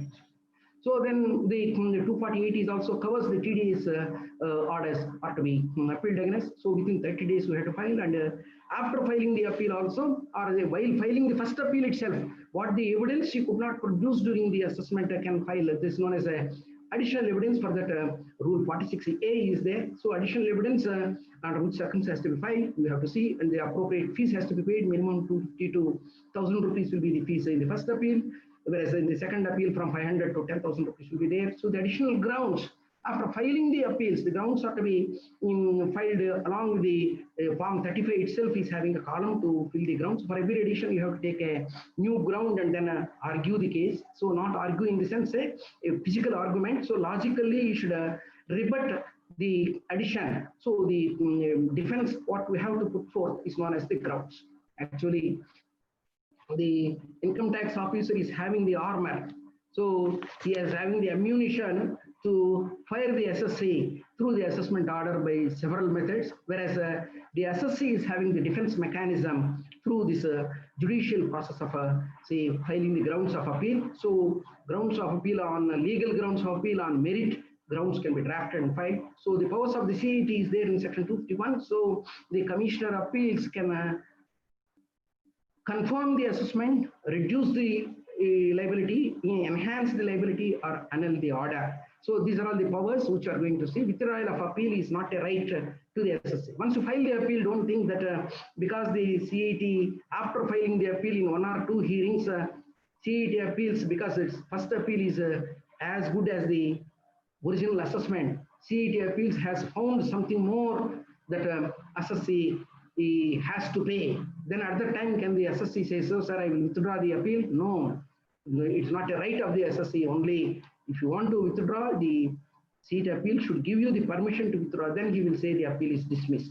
So this is the procedural aspect. So the procedural aspect, as I have already said, these appeals are not first appeals, the 263 or 12A or say 144C, the DRP directions that is for the transfer pricing cases. So withdrawal of appeal is not a right of the SSC. As a matter of right, he cannot, this is the case law argument. So, but after he consenting, he may dismiss the appeal as not pressed. So the grounds also, how to draft, I'm going to see you why I said the drafting and representation is an art. At the end, you will be realizing after having a good deliberation and discussion that it is not an easy job. Just like that, casually, if you draft the statement of facts or grounds of appeal, you may miss several important assessments. This is a judicial process. So we must understand the process correctly. Otherwise, say even a good case we may lose because of a say defect in the drafting, because of a defect in the representation. So in the e-filing attachment, online filing, you have to save every time. You have to come out and then save one by one, and then the challan also correctly paid challan. Otherwise, say even in the tribunal, I have seen the appeal is defective in the sense. On the bench, the tribunal members may say your appeal fees is not properly, challan itself is not wrong. So it was taken for hearing. So now we find the mistake. So sorry, we cannot take up the case. So we must rectify. The procedural things can be rectified. So restriction in the special characters was there. Even full stop comma was not to be there in Form 35. Now slowly they are allowing this, some of the characters, not all the special characters. So we must be careful in all these things. The procedure in appeal is after filing the appeal, first appeal, the appeal commissioner will give a hearing. So if time permits, you can go there, or the commissioner can adjourn the case also after hearing also. So he may seek the evidence. If he seeks the evidence, he can direct to collect the evidence. So if he collects the evidence, it need not be sent to the assessing officer. Whereas if additional evidence is filed by the SSA, it will be forwarded to the assessing officer to give a remand report. That's giving it equal opportunity to the assessing officer that new evidence has been filed by the SSA. You please give your opinion. So the remand report copy, if it is against the SSC has to once again rebut the opinion, the assessing officer, what he says, he may agree or he may not agree. So then the additional evidence remand report copy after obtaining, the assessing will get once again an opportunity to contest on the issues. So the timeline is there for order and then to communicate the order. So the additional grounds. So for example, while taking up the appeal for hearing, while arguing the case, you got some new ideas, new case law has come, new interpretation has come. So then also you can file as additional ground separately. So that's how the procedure is there. So the additional grounds, especially only with the permission of the CET appeal. That's why in the original grounds of itself, the last ground should be, we pray for the filing the additional grounds to withdraw the grounds, to amend, alter the grounds. You must take leave in the original grounds of itself. Thereby, the additional grounds separately can be filed so that you will have the opportunity at the time of hearing still to improve the defense mechanism. For example, an SSC filed the return as his income is below the threshold limit 2,50,000. Though he paid 80,000 rupees for savings under ATC, he would not have claimed. He would have shown the drawings, including this savings. He would have, in his capital account, he would have shown his drawings. Now the assessing officer increases the income, and he says, in the original return, you have not claimed this deduction. Now a new claim I cannot make. The law is, say, if the revised return time is there in the scrutiny assessment, file the revised return, claim the exemption or say deduction. If the assessing officer refuses in the first appeal, it can be still claimed because the first appeal is also equal to this. So like that, the additional grounds, additional evidence can be at the first stage, can be filed. And similarly, the exemption or deduction, the case laws I have given. So the question of jurisdiction can be taken at any time. So not necessarily in the first time. So the additional evidence, as I have said, when it can be admitted, just like that, any evidence at any time is not, the AO has refused to admit the evidence, then you can be an additional evidence along with the appeal, you can file the additional evidence. If the appellant was prevented by sufficient cause, because some of the cases, just like say in the demonetization period, the assessing officer obtained the bank account. Assessing officer got the information from the bank during demonetization, he bought it 10 lakhs rupees. So the assessing officer used the opportunity in the scrutiny assessment that out of this 10 lakhs, how much is the specified bank notes? The 500,000 rupees denomination in the November-December 2016 period. The assessee could not produce from the banker out of 10 lakhs, 2 lakhs only is the specified bank notes, and the remaining 8 lakhs is the normal currency. So he could not, because the assessments were all taken up in November and December in hurry, and the bankers were also under pressure to give in 2019. So he can say that I was prevented by sufficient cost. So that's why I now procure. Now I am presenting this. So even after filing the appeal, the additional evidence can be procured and again filed during the assessment proceeding also. Now only it is available, the new evidence. So I was prevented by sufficient cost. So now only I realize that certificate has to be obtained. Now I obtain. So an event happened during the assessment previous year, but during the assessment stage I could not procure the evidence. Now I have procured the evidence. Maybe a third party confirmation for cash credits. Several circumstances. So whatever the addition made by the assessing officer, it can be rebutted by a fresh evidence.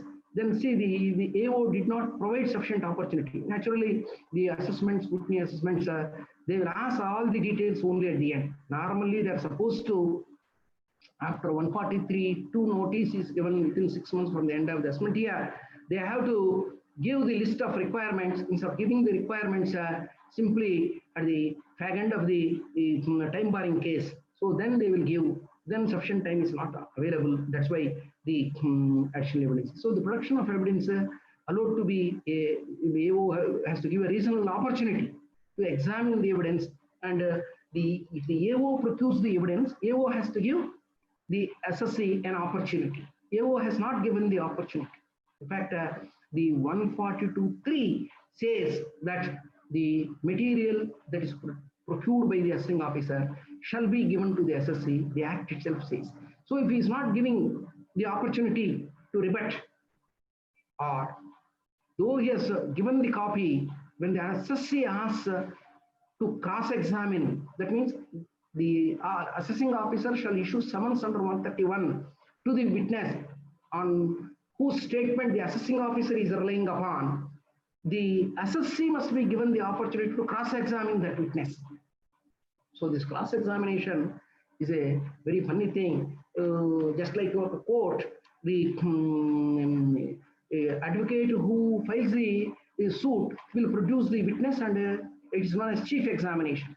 The opposite advocate, the defendant's advocate, must cross-examine that witness produced by the appellant. So this is how the cross-examination is a principles of natural justice. It's not there in the Income Tax Act. Much of these procedures only by, just like our trust assessments, interpretation, and then the procedures, 75% what you find in ITR 7 are all emanating from the decisions, not necessarily from the Act provision sections or the rules. Only from the judicial decisions, what is allowable, what is taxable has come out in the case of a trust taxation. Similarly, these appeals procedures, appeal these things, principles of natural justice emanated from so many decisions with which the assessee must be thorough. Not the assessee, the authorized representative. So when we are representing the case, we should know under which decision we are having the power to say take up the advantage of all these things.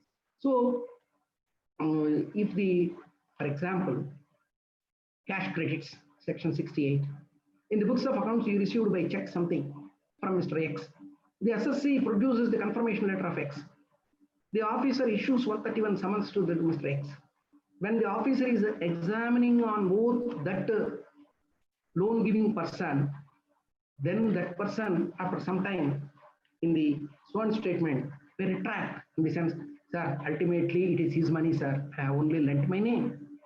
So after that, based on that statement, the officer wants to add total money. Though you borrowed, you gave a confirmation letter, you have produced the lender, but the lender has not say given a cogent evidence. So he has retracted. So then the officer wants to Maybe for so many reasons. By the time the loan would have been repaid by the SSC, and the SSC would have repaid less and settled the issue, you would not have paid the interest and this. So to take a grudge against this fellow, that lender would have purposely given a wrong statement on both. So then that cannot be the basis. So can the SSC ask for cross-examination? No. So the SSC produced evidence cannot be cross-examined by the SSC. The department produced evidence, department recorded on its own issuing some recorded evidence only has to be cross-examined. It is a power to the SSC to cross-examine that. So we should know when it is available, the defense mechanism, how it is available. But in the first appeal, you can say that because of these circumstances, that man has given that statement against me, I can produce the evidence circumstances under which the litigation in between us there is a court dispute. So all that further evidence you have to produce, and the balance of judgment based on the evidences, CET appeals or in further appeal we can go. So if the truth has to be established, there may be several hurdles. Truth itself is a very difficult subject to be established. So we have to understand all these things. So the evidence or the document, any witness rebuttal is the authority, is the right of the SSC. So that is about this thing, the remand report, so which is an additional evidence or additional witness. So the SSC must be given the opportunity. So powers of the CAT. So as I have already told you, CAT can confirm the same assessment order, or he can reduce it, or in spite of you arguing, producing the evidence and all these things, so he can enhance also the or annul the assessment. CAT may consider and decide any matter not saying. Actually, there is a dichotomy in this. CAT, though it is equal to a fresh assessment, must restrict to the areas which the assessing officer has. He cannot invent a new source that has lost the sight of the assessing officer. If it's a business head argument should be there. And other sources also, you have missed something. After going through the account, CAT cannot come out with a new source for making a new addition. Even under the business head, some new item which has been missed, definitely he can do it, but giving an opportunity to the appellant that, so this is the mistake. That's why on account of this, I want to enhance the assessment. Giving a, if the procedural defects are there either in the first appeal or second appeal, the authorities have to give the opportunity to the SSC to correct the mistake. Merely on procedural defects, dismissing the appeal is not there. So they must give an opportunity. So these are all the procedural things. So in the Income Tax Act, alternate remedy, if it is not provided, then only the writ jurisdiction comes. In few instances, the writ jurisdiction is there. So even there is no alternate remedy, when an order is not appealable, some circumstances, something enhancing the liability of the SSC, something will be there, not necessarily the assessment. Then the writ jurisdiction is there. The writ is, as we all know, as per the constitution, where the writ mandamus or say writ certiorari. So the writ jurisdiction, the constitutional power only for the high courts, not to the ordinary courts. So when the matter is pending, either during the assessment stage or during the first appeal stage, writ can be the remedy. So when the remedy shall be used, when it is not available, the high court will ask, if you have exhausted the alternate remedy, only come here. So that is the writ jurisdiction. So it's the constitution guaranteed power. So one should be thorough with all these procedures. So then only, say for example, in 148 assessment, in 148 assessments, 147 is the assessment, 148 is the notice.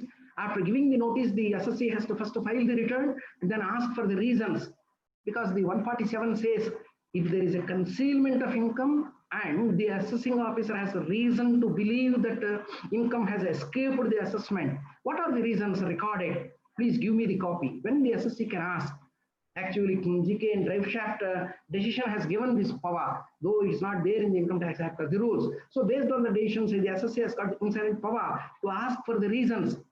So the assessing officer is bound to give the reasons. Even after he giving the reasons, if the SSC objects for those reasons, the assessment shall be framed only after 4 weeks from giving the reasons. So within these 4 weeks, if the SSC is not satisfied that the reasons given are not guess, they are only hearsay, they are only on the vague surmises and conjectures, or say suspicion, a wild suspicion because of information from somebody else. So the SSC can go to the writ jurisdiction to the High Court and say the 148 proceedings are not correct. So he can challenge, because there is no appeal mechanism after giving in this process of assessment. So in that stage itself, during assessment stage, one can go for writ jurisdiction. So when to go to writ jurisdiction, when not to go to writ jurisdiction, one must understand there are several circumstances where the SSC, instead of the normal procedure, because there is no alternate mechanism in the Income Tax Act, then the writ jurisdiction is there. So making a astronomical figures, the addition, the high-pitched assessments. If the return income is 5 lakhs, the assessment will be for 5 crores, 100 times. So then definitely one can challenge under the writ saying that without giving the opportunity, these are all based on these things. So the High Court will interfere, and then the High Court may say that direct the CET appeals. So the assessment itself is on a high-pitched assessment. You please dispose of early. You please grant the stay. So many things the High Court can grant. The difficulties faced by the SSC when the jurisdiction is there, when the High Court can give the direction, one must understand. So the power of enhancement, the assessment by the assessing new source of income, as I have already told you, this direction.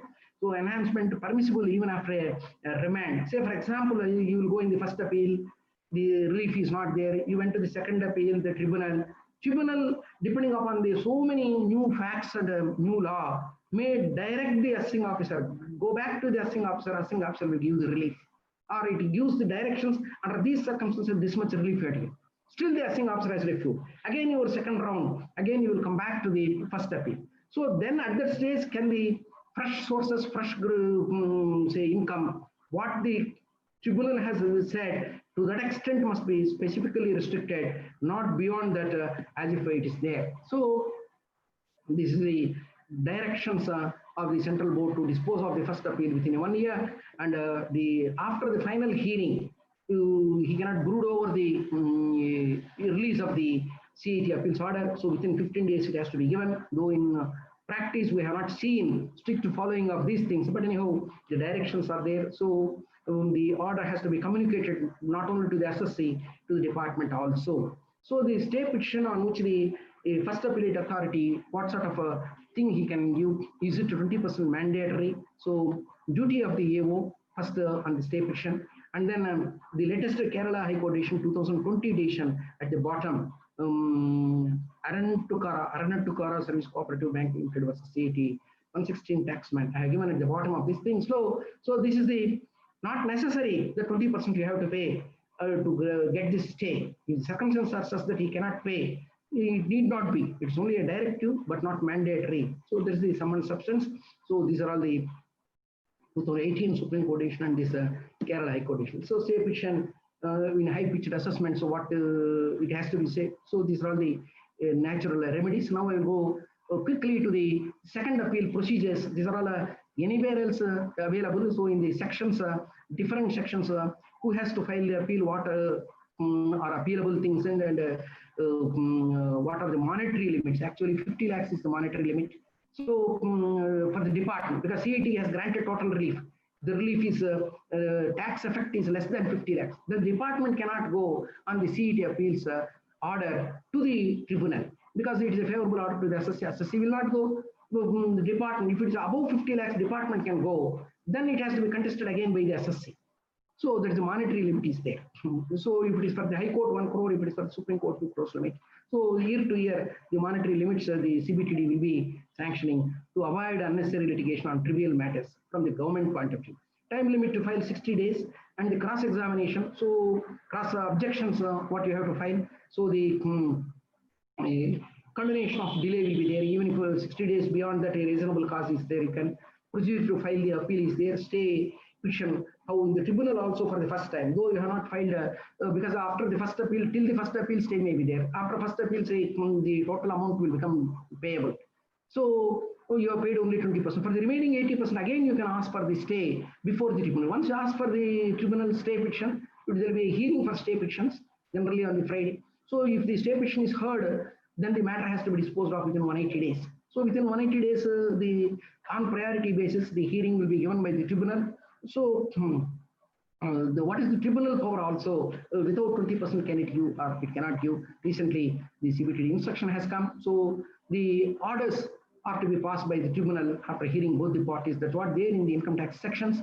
So the income tax sections, the judicial process before the tribunal is there. So the tribunal rules are prescribed in 1963 rules are there, which we are going to say. So the rectification, a CET appeal order, if it is a little bit defective, that means you have taken 5 grounds, CET appeal disposed of only 3 grounds, about the 2 grounds is silent. You cannot ask the CET appeals to, by way of rectification, to decide the other 2 matters also. So the inherent power is there only to the tribunal to rectify the orders, its own orders. In the second appeal, you have filed 5 grounds. By mistake, the tribunal has decided in its order on 4 grounds. 1 ground is left over. So you can say within 6 months by filing a miscellaneous application that please rectify the order. So whether a decision is not considered or say precedence or say an apparent mistake is there, it can be rectified by its own power. So they are the powers of the tribunal. So tribunal, while disposing of, may levy the costs also. Normally it will not be there, but you want an early hearing or if you want some other thing, it may say you have to pay this much cost. So that the power is there while disposing the decision, some costs of this litigation, who has to bear also, the tribunal is having the inherent power. So in the tribunal, if the tax effect is less than 10 lakhs, let us say a single member, normally the tribunal 2 members, judicial member and accounting member will be sitting and disposing the normal bench. Whereas if the tax effect is less than 10 lakhs, a single member can dispose of the appeal. So single member hearings will be there. Generally on Fridays will be there. So the special bench can be there. Larger bench means 3 members will sit. Whereas a special bench means if the matter is of special importance, so then special bench will be there. So where the president will sit and then try to decide. So if the 2 members are having diverse opinion, they are not able to give a single judgment, a common judgment, a divergent view is there, then for the larger bench it can be referred. So these are all the procedures. So the tribunal is deemed to be a civil court. So the civil court, as it is having the powers to summon and then say try to dispose of the evidence. So all these things are given for the tribunal the powers. So the IT rules, grounds of appeal, because the statement of facts only in the first appeal you will file, and grounds of appeal both in the first appeal and the second appeal. In the second appeal there is no statement of facts. So that's why while drafting the statement of facts, one should be very sure that the statement of facts is exhaustive, comprehensive and complete. So the preparation of the paper book, how it should be there, you must serially number and give all the evidence available. So in case after filing the appeal, the appellant is not appearing, so then the ex parte, how the tribunal has to decide on the merits, not just like the dismissing for ex parte. So the additional evidence at the time of tribunal appeal also, how it should be done, it is there. So the tribunal appeal is, the form should be in triplicate. So these are all form 36 along with the original appeal papers, original assessment papers. One has to file. I'm rushing through because more time I have to spend for the drafting and say representation. So the rules, what they say, I have just reproduced what the rules say only. One can have them, so it need not. So this is how the rules specify to dispose of. So I need not spend much time. So the miscellaneous application, earlier 4 years was there, it was recently reduced to 6 months. So that's how the time is reduced. So now I'm coming to the important things actually, because this is subject to be discussed for 3 hours. The time given is 1.5 hours. So I'm restricting myself going so speedily. So the statement of facts and grounds of appeal are the 2 important things in the first appeal. In the second appeal, grounds of appeal. So the statement of facts, we should not write so casually in few sentences. Assessee is a wine shop dealer. He has got his books audited, but the assessing officer rejecting the books of accounts estimated the income. Just like that, so the circumstances, we have to give full narration, a complete and comprehensive narration. We have to give statement of facts, but statement of facts shall not be argumentative. Statement of facts is not a defense. Arguments are say this thing. Facts must be facts which are provable at any time. They must be real, and then say with cogent evidence only you should try to, unless you master the events, collect the data right from the assessee, right from the assessment order, what are all relevant, because the facts sometimes may give a different opinion to the assessing officer. But your contention that this is how the facts are to be looked into in the given circumstances, how the business has been run. So then the facts must not be not less than more than 1,000 words in the Form 35. So in the second appeal, there is no opportunity for saying the statement of facts. So facts are very, very important. So in the first appeal stage itself, you must conceive or imagine what are all the facts favorable to the assessee which will have a bearing in deciding the issue. So any legal issue, whether on facts interpretation or say legal interpretation, but many number of times the legal interpretation is depending upon the facts and the situation, circumstances.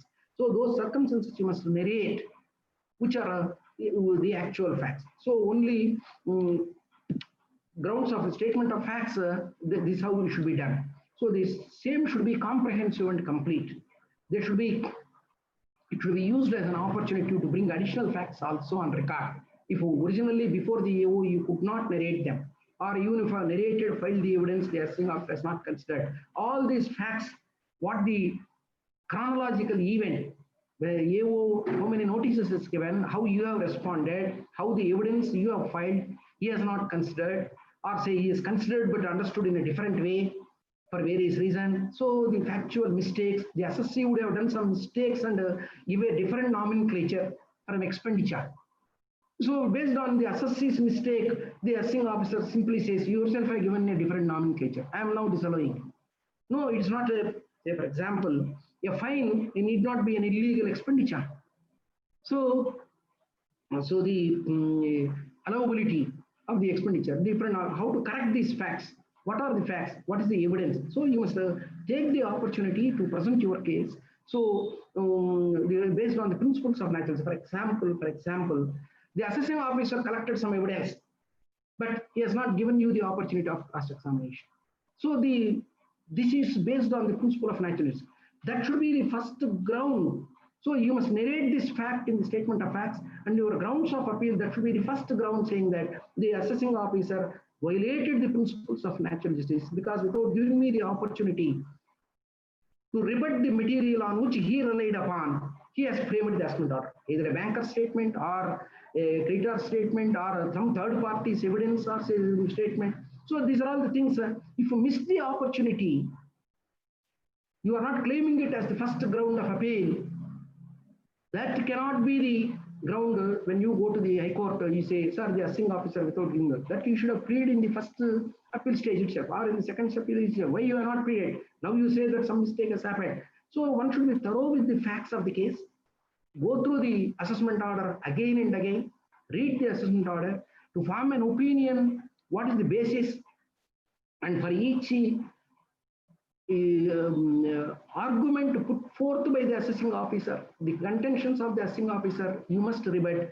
For each addition, at least minimum one ground you can take or more grounds you can take if the legal precedence is there in the favor of the SSC, that not necessarily reporting the case or citing the decision, but taking the essence of that, one should frame the grounds of appeal. So statement of facts is without argument, whereas a statement of grounds is you are presenting your case, but a statement of ground should be brief. It not be a lengthy one. So you take a ground that the addition of so and so is bad in law on account of this. But in the written submissions, after finding the grounds of appeal, in the written submissions, a lengthy argument can be taken and the decisions can be cited. The words in the decision as it is, how they are applicable to the given case, that you can give a lengthy narration. So separate grounds for each addition are to be taken. So the ground shall not be vague and general in nature.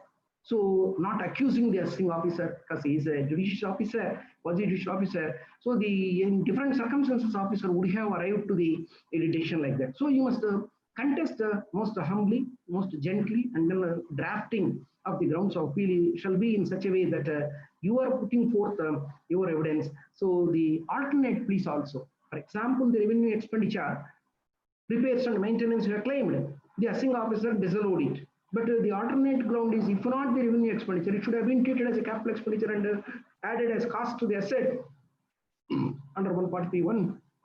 Cost of the asset, they give the depreciation. alternative plea. So like that, if one ground you are pleading, not necessarily restricting our grounds, what are the alternative grounds? What are the alternative? Either on law or on merits. So we must give those alternate grounds also there. Whenever you plead the alternate ground without prejudice to the above ground, this way also the SSC pleads. So that's how we should put. If it is a mere computation mistake or say interest calculation mistake, in the assessment order, he said, I am allowing, but in the computation, he added that item by mistake. So the computation sheet is part of the assessment order. Then 154 petition you can file, but 154 within 4 years you can file, whereas the appeal within 30 days. So you simultaneously file the 154 because it is not disposed of. Go to the second remedy of filing the appeal also, and in case that is there, that addition you can drop. That ground you can drop. That's why in the grounds you can say, I can withdraw my grounds means, so by the time you got the relief from the assessing officer due to 154, then you can withdraw that ground, other grounds you can insist.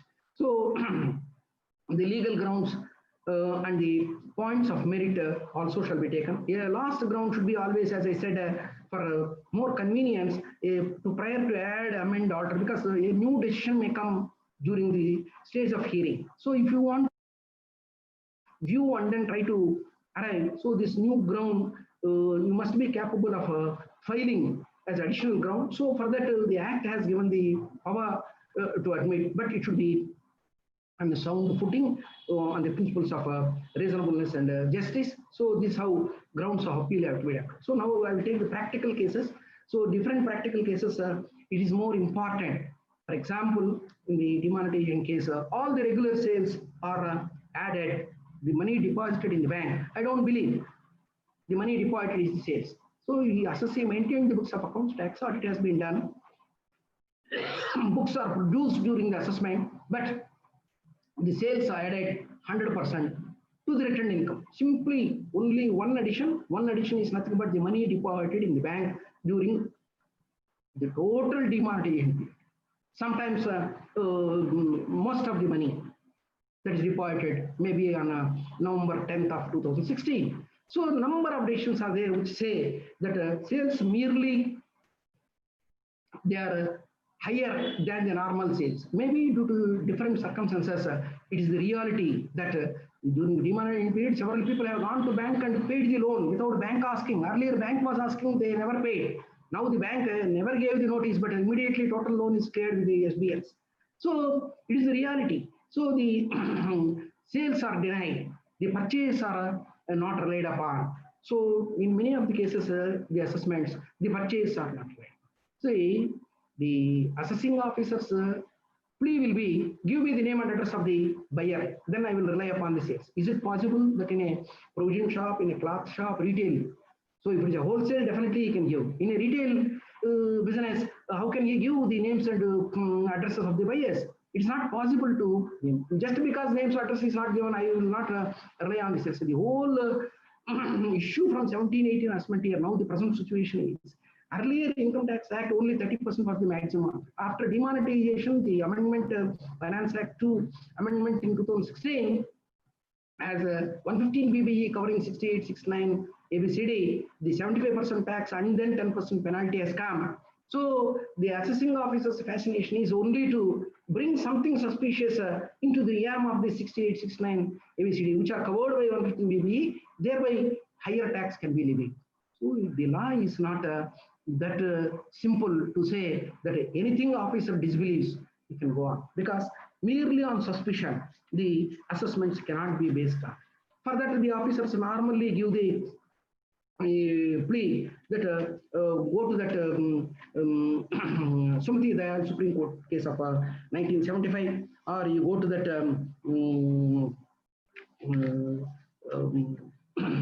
other cases which they normally cite, Durga Prasad More, the 82 ITR 540, or the Swarnodaya case 214 ITR 801 Supreme Court. The 71 edition of the Durga Prasad More or 95 edition of this thing. Actually, it has been confirmed in NRA Iron and Steel also recently by the Supreme Court, but they're all human probability.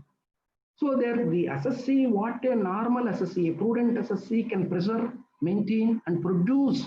What the evidence the assessee can possess and produce, he has produced. But can it be said that No. By human probability, the sales would not have been there merely.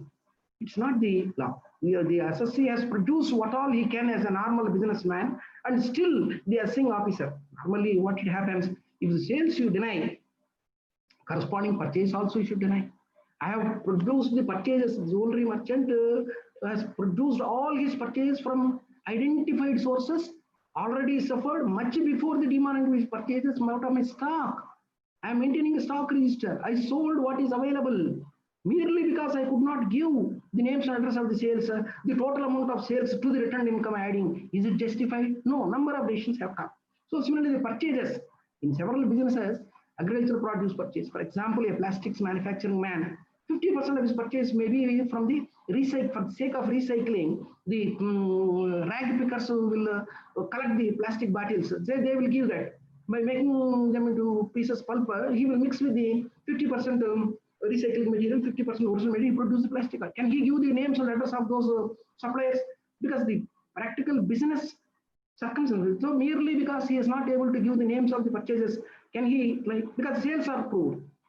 If sales are general, the suppliers can produce, then the circumstantial evidence, that means direct evidence for sales may not be there, because the purchase are accounted, stock registry is there, identified purchase are there, sales are to be relied upon. Because the sales are to the recognized people, necessarily purchase are to be believed upon. Similarly, expenses are not believable. We have got different case law to say that even if there is no voucher, there is no expenses provable, then also the expense are to be allowed. Like that, the number of decisions are there. The one has to look into this. For example, sales not believable. We are having the Delhi Tribunal Agnos Global Private Limited 2019 decision is there.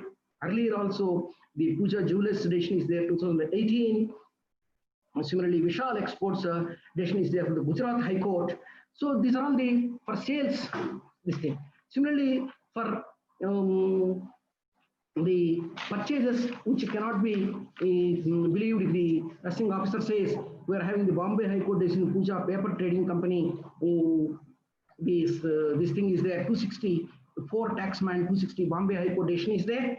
Similarly, we are having the Delhi High Court decision, Hilux Automotive Private Limited is there. If the purchase, whenever the purchases are not able to be proved because beyond the capacity of the SSC, then instead of adding the total purchase as bogus purchases, the percentage of GP only has to be added. You cannot add the total purchase to the returned income. So number of decisions are there. Similarly, outside the books, some sales are there. It may be with outside purchase also. Then also only GP has to be added.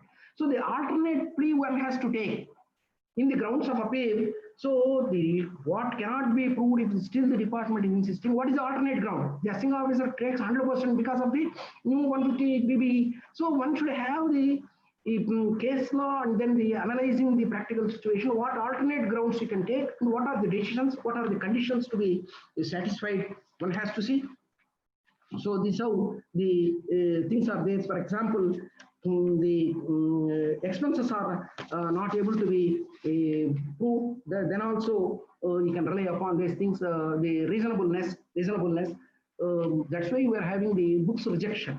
When the books itself are not there, so totally believable, then you reject the books upfront, go for the estimation. For example, in Andhra Pradesh, the liquor business, the earlier 10 years back, the tribunal decisions were there.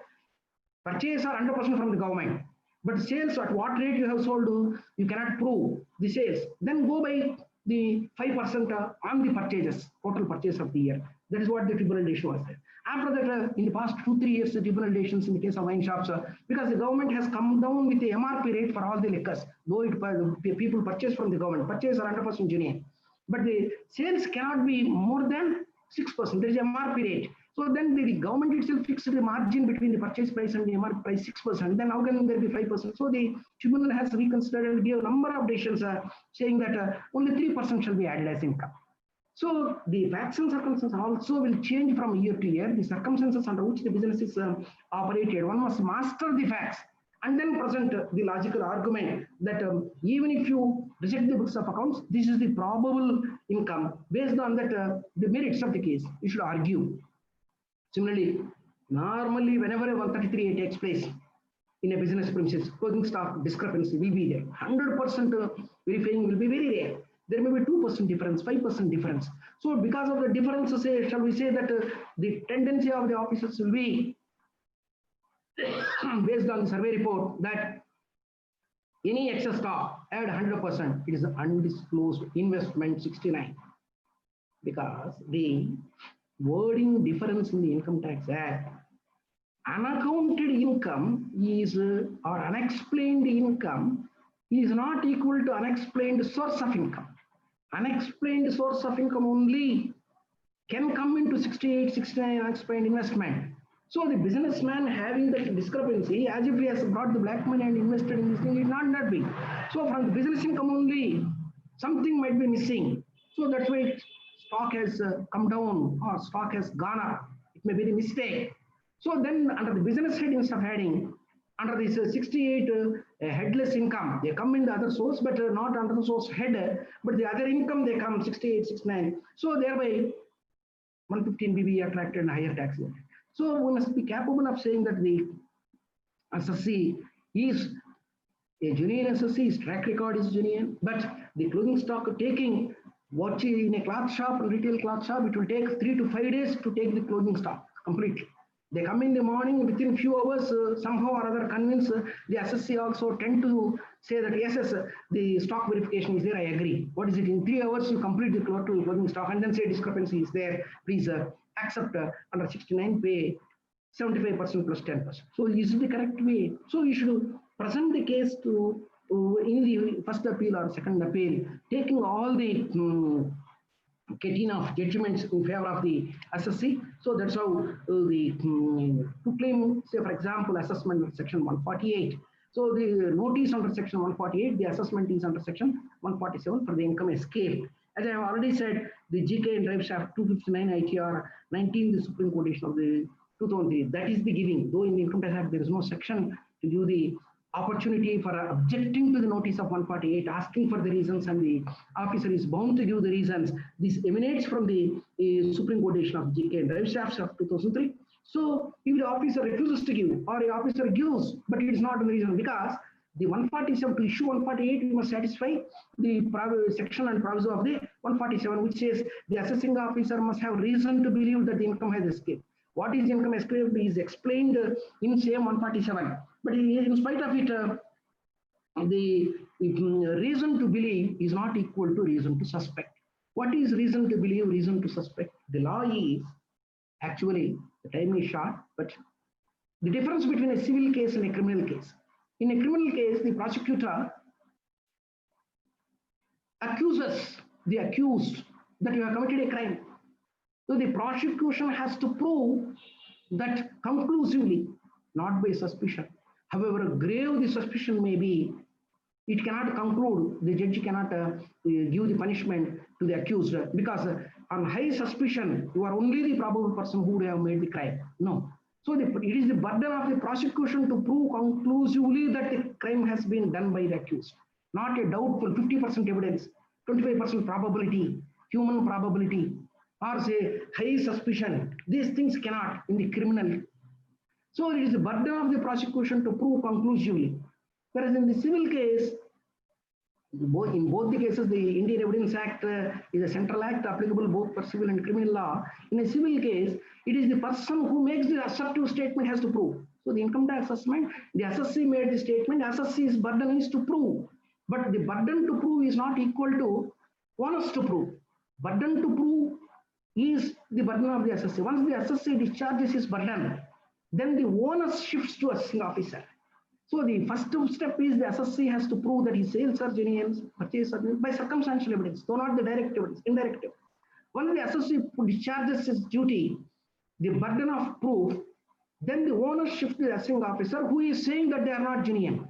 Not genuine word has to be proved by the assessing officer. So once the assessing officer proves that they are not genuine, then again the onus shifts to the SSC, again to defend what the assessing officer has proved is not the correct thing. Again, the onus shifts. So burden of proving the evidence and the onus of proving this the facts shifts. Onus shifts from person to person, with the burden primarily is only on the person. These are all the 101 and 102. The Indian Evidence Act, though not 100% applicable to the Income Tax Act provisions, but the principles are one and the same. Principles courts have applied that, upheld and applied that time and again for all the income taxes proceedings also. These principles of natural justice, the evidence examination apply mutatis. So in 148, the reason to believe based on the audit objection, the assessing officer wants to add. What the audit objection?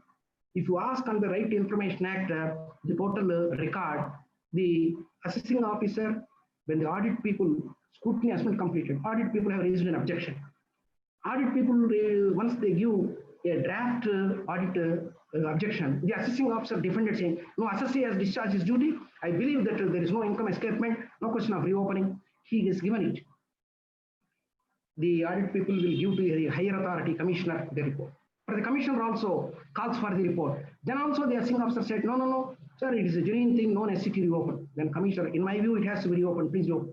Then he records his belief, yes, income escape, now I am issuing 148. It is a borrowed satisfaction, not the original satisfaction of the assessing officer. This we have to contest. So when asked for the reasons, when you got the evidence that the officer, your notice under 148 is invalid because it is a condition under 147. If you have reason to believe, only issue you the notice. You have no reason. You yourself satisfied. Then now you are saying change of opinion. Can you go on changing the opinion? In 143, you got a favorable opinion. You believed me all the things because somebody suspected, just like in Ramayana, in the Treta Yuga, somebody suspected, not Rama suspected. Sita is punished. So somebody suspected, so you want to punish me. You want to give 148 notice. How is it? It is not the democracy. It is not the law of the land. It's not the judicious procedure. So the 148 assessment, number of cases, number of decisions are saying that it should be a real belief.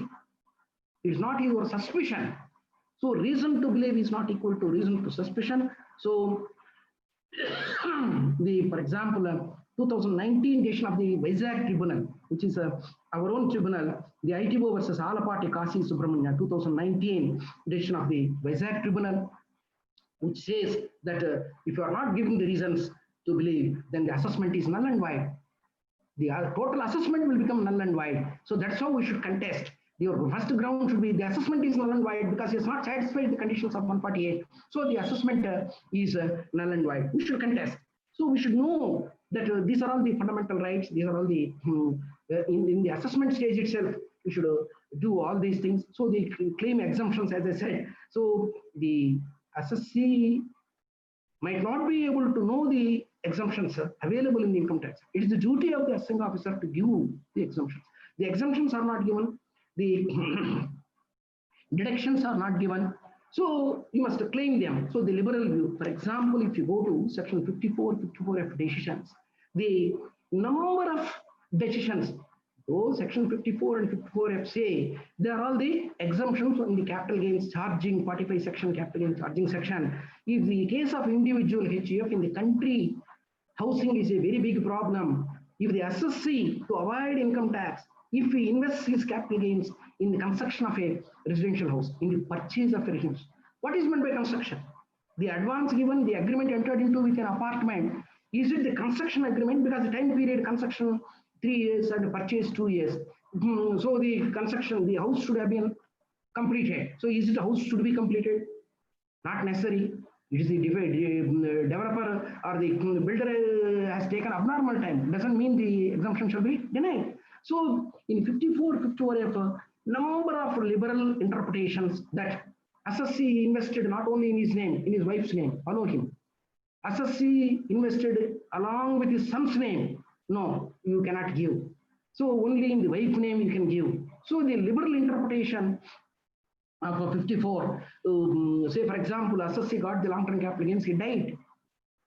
The legal heirs in the subsequent assessment year when they are filing, they have acquired the new house because the intention of the deceased. His son has acquired it. Please allow liberally.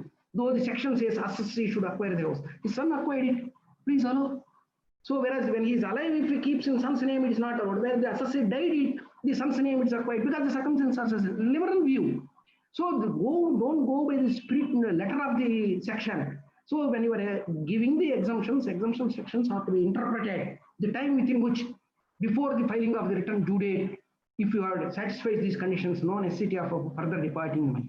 Whereas some people instead of 139.1 due date 139.4, the revised return time. Okay, no problem. So the delayed return. So the courts have given left and right hundreds of decisions in interpreting 54F. So with borrowed money he acquired. The logic is within 1 year before the transfer itself, if you have acquired a new house, because of new house acquiring, you sold the old house capital gains are exempt. So based on that logic, how can he acquire only from the sale proceeds a new house?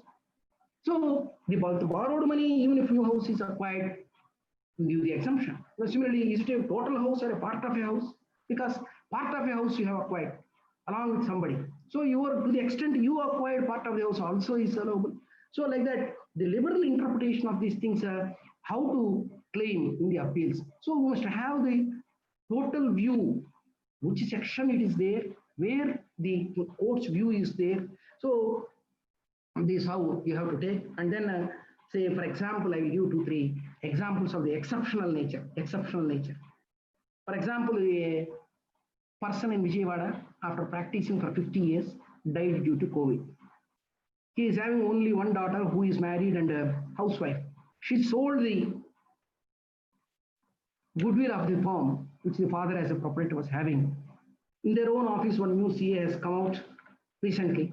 He wants to continue the same goodwill, same thing, but he paid 30 lakhs to the daughter of the deceased CA. Can the daughter get the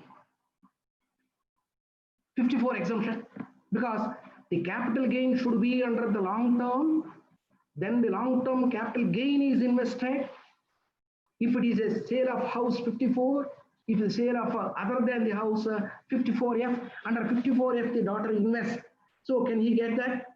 Yes, even a decision is there. The 2019 decision, J.K. Balla and Co., the account form, the J.K. Balla and Co. versus the additional CIT. So the Delhi Tribunal has said, yes, you please give. That CA who purchased, what he can do? He can claim it as if he's purchased the goodwill. And then goodwill is also eligible intangible asset for depreciation. He can claim depreciation. So the daughter of the deceased also is eligible to claim the 54F exemption. So this is how you should claim all these things. So these are exemptions claiming liberally. I will go to few exceptional transactions also where the beyond our imagination, say the decisions will be there. So we must have the courage and conviction to pursue the matter that the whole gamut of the Income Tax Act under the scope of the charging section 4, the scope of section 5, and the mechanism of calculating, if these are all failing, you cannot. For example, I am a senior auditor. I have been doing tax audit. The SSC shifted to a new auditor. The new auditor has not written to me that he has been appointed. As I have not given no objection certificate, he has, without intimating me, he accepted this. I filed before the CA Institute a complaint disciplinary mechanism saying that under so and so schedule of the ICA Act, there is a violation of the ethics. So, please take disciplinary action. At that time, the young CA has come forward, sir, I will pay you 1 lakh rupees. You please withdraw your complaint. CA Institute permits, I have received 1 lakh. Am I taxable? I am saying that the 1 lakh rupees check the other CA who gave to me is not taxable. Why it is not taxable? It is a compensation for relinquishment of my right to sue.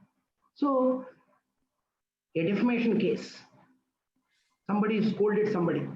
So the person filed a defamation case. So to withdraw the case, he paid the money. So the amount received is not taxable because it is a capital receipt. There is no mechanism to tax it. Though section 55(2) enumerates where the cost of acquisition like goodwill, the transport rights, route permits, the room hours, where the cost is nil, then also the capital gain shall be charged in specific section. So for other things, there is no question of say the right to relinquish is a capital receipt. The money received is not taxable. So we are having Popular Estate Management Limited, and then the 78 ITR tribunal decisions, 261 of the Ahmedabad. The similarly Qualified Settlement Fund Authority for Advance 381 ITR 1. So these are all the decisions. Say for example, a partner retires from the partnership, which is an normal mistake what we are doing. If in the partner retirement come reconstitution deed, if you write, the retiring partner received the money from the incoming partner, that's how the reconstitution is. Remaining partner's share neither increasing or decreasing. Only the retiring partner's share of 25% is given to the new incoming partner. So this retirement come reconstitution deed is like this. Then the retiring partner has to pay the capital gains tax. Same retirement come reconstitution date, you are not written like that. Retiring partner retired, he received money from the firm, what is due to him, and the incoming partner has brought in the money. Then no question of tax payable by the retiring partner. So a thin difference will be there in number of cases. For example, a wife and husband, you are having a rich lady as your client. That rich lady filed for divorce. The court granted the divorce and the husband agreed to pay some money. The court gave two options to that lady. You want monthly or yearly for your lifetime the alimony to be granted, or you want a lump sum. She comes to you for your advice. We have to give the advice to take the lump sum amount because it's a capital receipt even after 56(2)(10). Now the 56(2)(10) is a very difficult section under the other sources. Whatever the money you received without consideration, what is consideration is not defined. Only 2D of the Indian Contract Act defines the consideration. To do or abstain from doing, because she is giving her consent to divorce, she received the capital sum. There is no mechanism to tax it. It is not taxable. In case she gives the consent to give monthly amount, because the amount varies monthly or yearly, it becomes an annuity taxable in her hands. So there will be a thin difference between what is taxable, what is not taxable in the mechanism of the income computation and income taxable. So one should be capable of taking all the decisions. For example, for that divorce case, the decisions, all the decisions, whatever I am saying, all the decided cases. Princess Maheshwari Devi of Pratapgarh versus CIT, it is 147 ITR, 258 is there. Similarly, ACIT versus Meenakshi Khanna, 143 ITD, 744 decision is there. So compensation for the loss of source, unless it is specified. For example, salaried employee loss of source compensation, it's there part of the definition of income, scope of total income, the salary income. Similarly, business head source of income, what is lost? So definitely from 1419, section 28, subclass 2, subclass E is introduced from 1419. So if the source of income is lost, then it is also becoming scope. If there is no mention in the charging sections, then source of income, even if it is lost, it's not there. Especially in accident cases, in say other cases like say land compensation. So land compensation section 1037 specifically exempts the agricultural income, but not the agricultural land compensation, but not the other assets. Non-agricultural lands, buildings are taken compensation are the.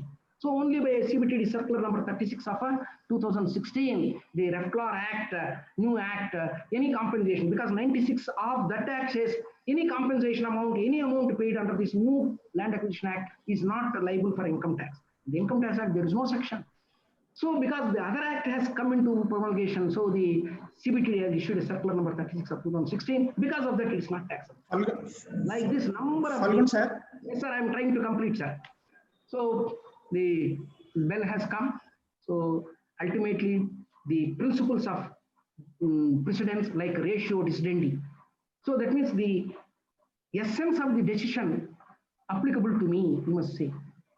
The words mentioned in the decision are not applicable to me because they are not relevant to the decision, then obiter dicta. So the decisions of earlier decisions are not considered. Both parties have not quoted those decisions. That's why the decision itself is wrong or inquiry. So like that, the rules of principles, the law, how to be applied, when to be applied, how to defend it, the rules of evidence. I have already touched section 101, 102 of the Indian Evidence Act. Like that, right of opportunity given in 142.3 I have read.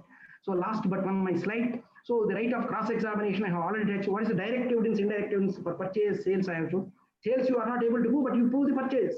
Purchase you are not able to prove the sales. Then the indirect evidence. So apparent must be proved to be real. I have given this preponderance of probabilities, which in a majority of the demand, because SOP and CBTD has given the circular, internal circular to the officers. Everyone says, I don't believe, so it is income. So the preponderance of probabilities. So all that I have touched. So friends, I finally say, the drafting is one part of the art, and then representation is the other part of the art. The auditor who is representing is a director of a cinema.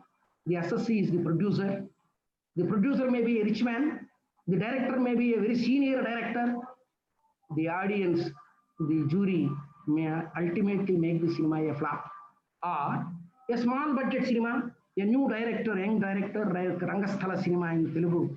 A small budget film may become a good success. That's why the drafting and representing is an art. Let us practice this art. So a cinema director must have knowledge of 32 departments, 5 fine arts departments, 27 technical departments. The auditor must acquire his skill in several respects. Then only the drafting will be good, representation will be good. I thank you for, I thank the Vijayawada branch. So the time is up. So I conclude saying that as professionals, we have to sharpen our skills, and it is a continuous process, not one day, because we know the law, we studied, we passed, we have to practice, especially in this line, it is very difficult. So thanking the Vijayawada branch, thanking all of you for giving me the patient hearing, because there is no time, say, I'm not able to answer any questions. Over to the management for continuing the session. Thank you. Sir, request you to stop your share screening. Yes. Prasanna sir, half minute. Yeah, that was an excellent presentation made by CAE Falgun Kumar, as usual. He's authority on the subject, and he has got that bent of mind to share his knowledge with the members, so that they also come up to his level. That has been his endeavor much before he came into the council also. The friends, like CA Falgun Kumar said, we have sharpened our skills to raise to the occasion. Till the faceless assessments, they stabilize. So there will be a lot of adverse assessment orders will be receiving, thereby resulting in more and more appeals. This way we got raised to the occasion to have appeal practice also. To sharpen the skills, as CA Falgun Kumar said, so committee for members in practice, where as you know, I am also vice chairman, we have already got a course, a certificate course on preparation of appeals, drafting of deeds and documents, representation before appellate authorities and statutory bodies. This is there.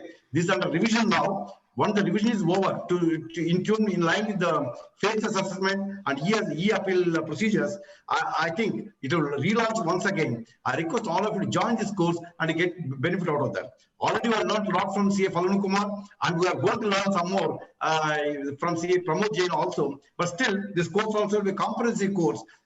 In easy terms, we are going to have it in a virtual mode. So I request you to kindly get benefit out of that one. With this, I thank Falgun Kumar once again. We had good time, and I had an occasion to work with him in the regional council. Very good time. I know that what type of knowledge levels he has got is also always a learning experience for him. Thank you, Falgun Kumar. Thank you. Chairman sir, quickly a word. Thank you, sir. Thank you, Falgun sir. With your vast experience, really excelled the things. Because I remember only 2-3 words about you when you are talking in the April HUF session of ours. You are studying in the 41 years of experience. You yourself is talking to a seminar, not to the thousands of audience or something like that. Now also it is you are addressing more than 500 audience, and but thing is, in front of you there will not be somebody, and it is not out of place to mention that Falgun Kumar sir is the ex officio of our branch for more than 6 years. Thank you, sir. Thank you for your guidance and all these things. And regarding this today's topic, see, from here onwards we have to speak very less, and our books has to speak much. So that is the order of the day, and the practice going to be in a new nuances. So the e-assessments and e-appeals, the drafting and representation, we have to learn a lot from the seniors, and even our drafting skills are to be improved, and that is one area where that senior chartered accountants are lacking because of the now that there is a lot of inputs for the students in the GMCS or whatever the case may be, but in our days there is no such courses that we have to inculcate the same, but we have a tremendous knowledge of taxation and practice. So with that, we have to equip with the other tools, then we can make the things very beautiful manner and we can present the things in much more meaningful way. Thank you, and over to MC Desk for the remaining things. We'll quickly move into the next technical session. Our speaker is ready with us. Before we formally introduce Pramod Jain sir, I request CA Prasanna ji to speak a few words about the speaker. Pramod Jain, welcome to Andhra Pradesh. Namaste, Prasanna bhai. So nice of you. Very nice, boss. CA Pramod Jain, as all of you know, Honorable Central Council member. Both of us went to the council. This is the first year, but of course, he's very too junior to me by age, but by knowledge level, he's too much senior to me. So he's an expert in direct taxes. That's why he has been made the vice chairman of direct taxes by the then president, and the same thing has been continued by the present president, making the vice chairman of the direct taxes committee for second year also. But whatever it is, though he's the vice chairman, I know literally he's acting as a chairman. In the last year also, he's continued to act as a chairman in the current year also. He's in constant touch with the CBDT and the finance ministry, and what is happening there is up to date with the entire thing. There are many occasions in some tedious matter also. I remember one day he was having a meeting with the director systems of CBDT. He came to our institute. They had a meeting. Like that, he contributes a lot for the CBDT also from day-to-day functioning and for improvement. He is the face of the institute before the CBDT and the finance ministry. So as I was telling, that course on CMP, the revision, I'm sure that, it is only people like Pramod Jain, they have to revise that one to see that, you see that the light of the day and useful to all the practicing members also. I remember he released a budget book as soon as the budget is present in the parliament. The excellent book, I'm telling you, anybody, if you see that one, you do not go to anything. There's such a detailed analysis. In a record time, he makes it. It's very interesting for all of us to learn. And he's expert in law because these things may not appear in his, biodata, what he must have said, whatever he said. He is such a great expert in law. Whatever the amendments that we propose in the Chartered Accountants Act or the regulation, so he is the convener for that. Because his interpretation skills are so great and soft skills are so great, the entire council found only he will be able to contribute to that one. And whatever we've done in the last 1.5 years, amendments, he has done a very excellent job. It was appreciated by every council member of the institute. He is heading the CSR committee. We thought when the CSR committee was first time introduced, we thought what is great thing is going to happen CSR committee. What is that has got to do with the institute? The way in which it's done by the time he took over, is already COVID-19 pandemic was there and no physical meeting took place still. He started his first announcement with COVID-19. The moment COVID-19 pandemic was there, whether CSR funds can be conserved for the COVID-19 expenditure or not. Like that, he started this one. It ended up in today, we've got a CSR course also. A certificate which is most sought after course by many chartered accountants in practice. So like that, he does everything out of whatever the assignment is given to him. He has contributed a lot for ASB and ASB also. Though he is a taxation expert may not be that good in the standard setting, but still he has contributed a lot for the sake of SMPs. So thank you very much. I welcome once again Pramod for coming to South India, particularly Andhra Pradesh. This is the first time you're addressing our members. I am sure many more occasions will be there where we have to invite you. You have to consider our request in future also and contribute your might for our state chartered accountants also. Thank you very much. I welcome once again. Thank you, Prasanna bhai. Actually, what you said is too high. It is not that way. That is so generous of him to have said all those things. I'm quite just a normal guy, practicing my taxation, learning more and more, and the laws. But Prasanna bhai, you are really a great asset to the whole council, I would say. And one thing here in the initial stages, I would like to say, I thought few days back that whenever I be speaking in at Andhra or somewhere else, one thing is there that our professionals want to go global. right? So if you want to grow global, then a language could be a barrier. And what I will try to say that in majority portion of my western and the northern region, Hindi is being spoken. So if you want to go global, at least first go Indian. Remove that hesitation of Hindi, try and learn it. And just to tell you, Prasanna Bhai, after coming to the council, started learning Hindi. And even if we are all speaking in English, he utters few sentences in Hindi. That is commendable. Commendable. I'll just suggest all members in Andhra that if really you want to go to, you want to be global. So first be covering whole of the India. So Hindi is a medium which, if you go outside India also and you say you are from India, they will say namaste. So they would be talking about Hindi. So Prasanna ji, excellent. You are doing excellent job in the CMP examination. Marvelous, marvelous. All other your team. Thank you. Pramod ji, permit me a minute, please. Yes, sir. Yes, sir. Our members are one of our member is eager to just introduce you. You are known to everyone, but we have our CA P Satish, who is one of our registration expert for conferences. He will rope in many number of registrations at the time of a conference, and he will come to the rescue of Vijayawada branch at the time of conferences. Satish, please introduce Pramod Jain, sir. Yeah. Thank you, Vijayawada branch, for giving me an opportunity to introduce one of the stalwart of the profession, CA Pramod Jain sir, who is a commerce graduate from Sriram College of Commerce.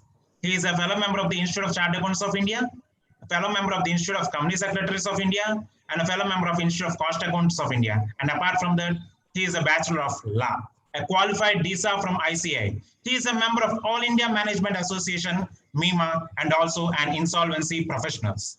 He has been elected as a Central Council of ICI for the period 2019 to 2021. For the year 2021, he is chairman of Valuation Standards Board and CSR Committee, member of ICI Disciplinary Committee Bench 1, and vice chairman of Direct Tax Committee for the year 2019-20 and 2021. He has been nominated as member of Quality Review Board for 3 years from 2020 to 22. He is conceptualizer of the portal www.expertspanel.in, which is a one-stop solution for all professional queries, which has given more than 21,000 answers since its launch in the mid of the year 2018.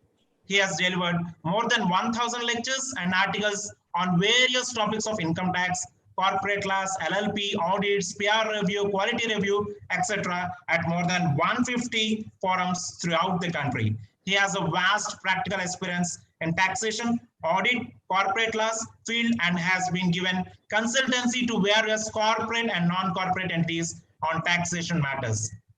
He has authored various books such as Chartered Accounts Documentation and Compliance for Audits and Review, Limited Liability Partnership, a complete resource books, Accounting Standards and Caro, etc. With this brief and illustrious profile, I introduced CA Pramod Jain sir for this Swarnodaya. Thank you.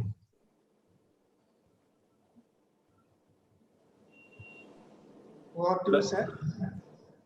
Yep. Thank you very much, Satish ji, for a very nice, elaborate introduction. Ravi Kishore ji, the moderator for this session. Srinivas Rao ji, chairman of Vijayawada branch. My very, very dear friend, Prasanna Kumar ji, CCM from Andhra Pradesh. And really very proud of him. I do talk to various members in wherever I meet, whether it is a central region or the northern region, that we have got members like Prasanna Kumar, who is fully dedicated to the cause of the institute. I would say members, whenever an issue comes, he speaks to the point whenever the point is required.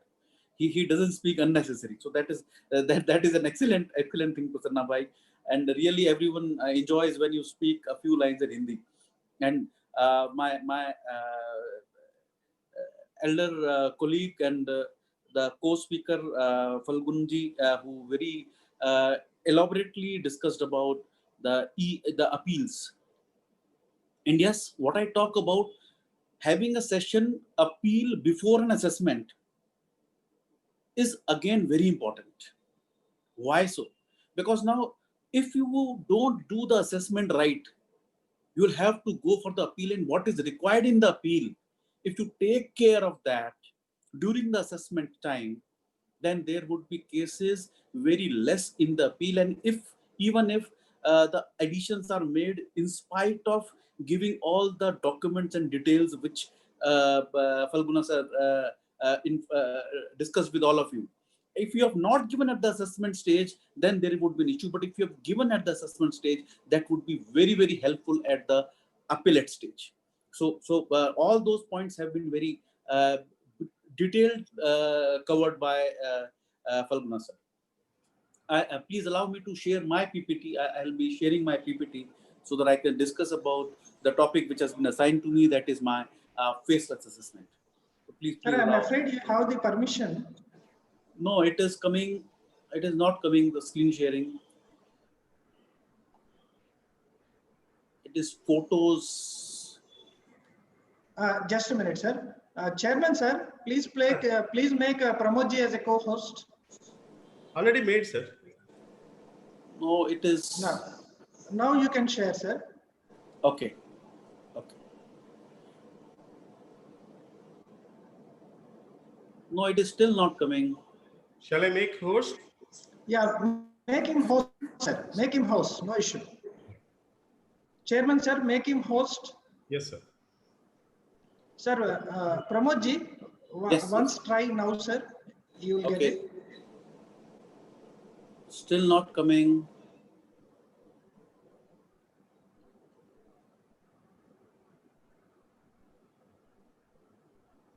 Is your PPT open, sir?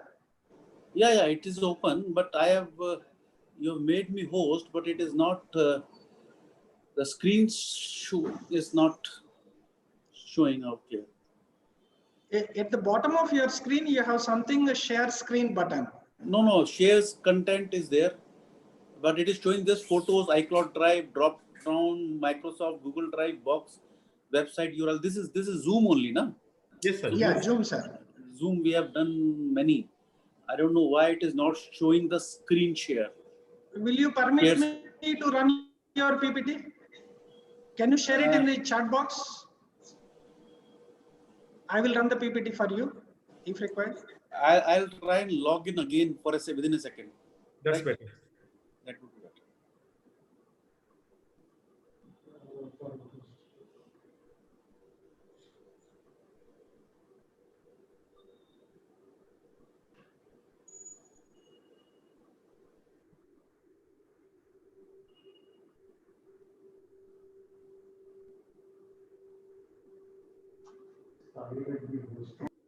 Sai Reddy గారు ఒకసారి నన్ను co-host చేయరా?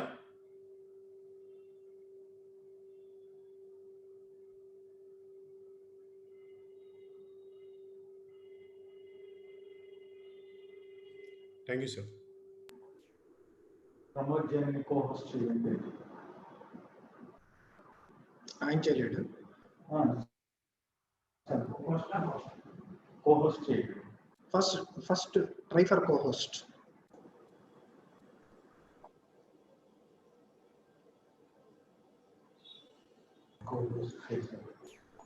Maybe you have allowed the screen sharing to more than one person.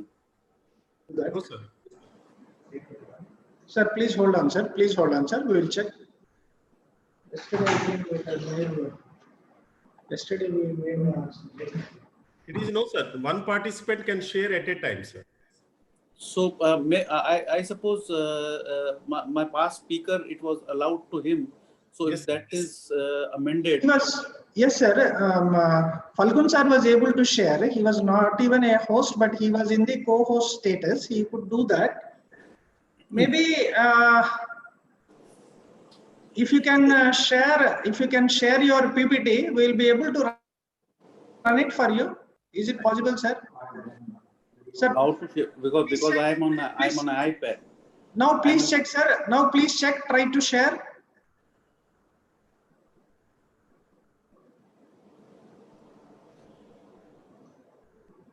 It always used to come. I don't know. I did a meeting just an hour back. There I was able to share. Here it is coming. Here it is coming, but only it is showing the photos, iCloud Drive, drop down, Microsoft OneDrive, Google Drive, Box, website URL, bookmark. The top always shows share screen, because if I'm sharing the screen, this is the screen. Yeah. Now it's good, sir. I think you are able to share the screen now. Achha, No, the screen. No. The screen is coming? No. Your PPT is not visible. But it is coming to someone else. No, sir. Only your photo has come, sir. No, face. Even your virtual background is also causing some disturbance. I can remove that virtual background. That is not an issue.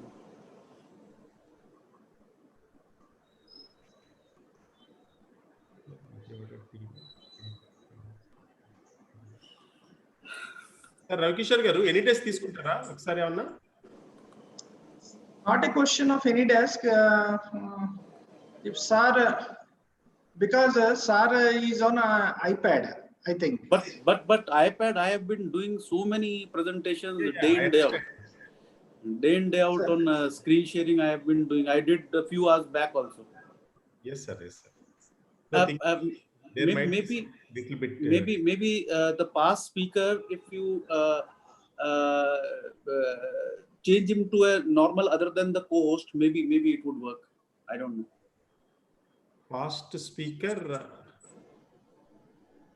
Change him to a normal other than a host. Oh, that's better. I think 1 second. He was only co-host, sir.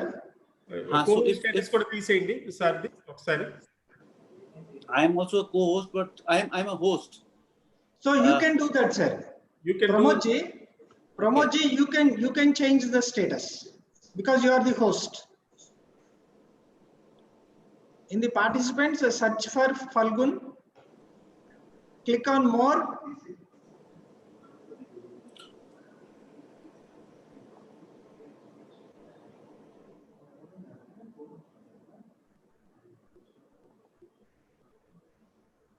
Yes, sir. Status is changed. I think now it is possible, sir. I think you just try now, sir. Even for me, it is coming. I'm a just co-host. Please unmute, sir. Can you make me as a not as a host but a co-host? You have to make me. You made me co-host, sir. Now No. I was able to share. No. Thing is, now screen is coming. You shared the screen. I have shared the screen. I am only a co-host. Sir, I was able to share. Sir, I'll make you a co-host. Yes, please make me a co-host. Then it may be working.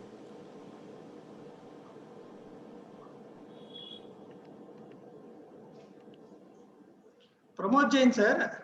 Yes. You have to make someone host.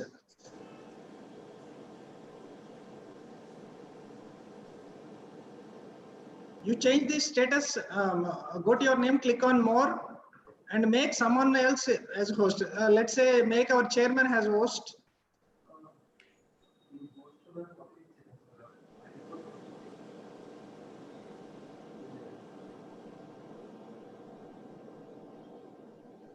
Dear participants, kindly bear with us. Kindly, there is a technical glitch. I have made Nitaji as host. Yeah, Ravikishore garu. Sir, Pramod garu co-host change.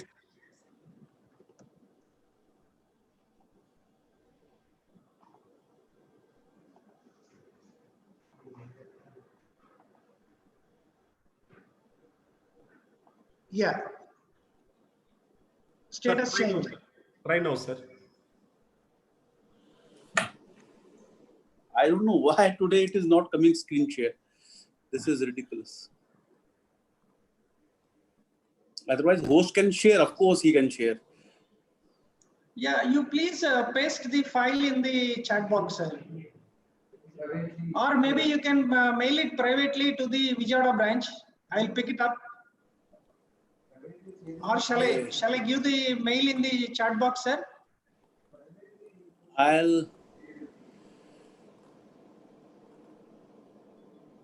Ravishankar garu, Just see. hold on అండి ఒకసారి ఆయన చూస్తున్నారేమో. Sorry. This has happened for the first time. Yeah, I In know last that. 2-3 months. Every day you are sharing more than 10 of your videos about the assessments we used to share with our members also, sir.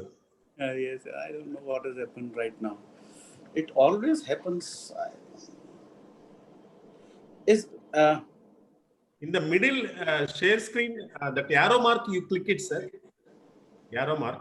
yeah, arrow mark share content. It is showing everything like photos, iCloud Drive, Dropbox, Google Drive, Box, website, bookmark. But why now this? Your I think if you can able to log off and then come back. That has been done, sir. Done, huh? Okay. I'll Sir, try.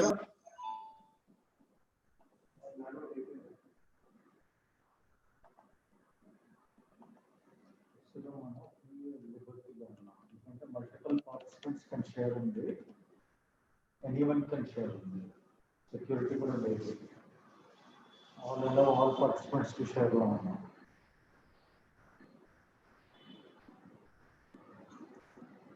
Permission was given to everyone, sir, now, but That's what.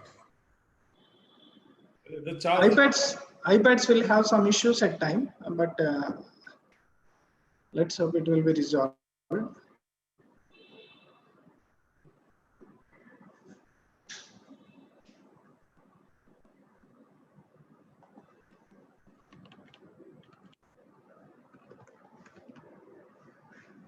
Is yet to join.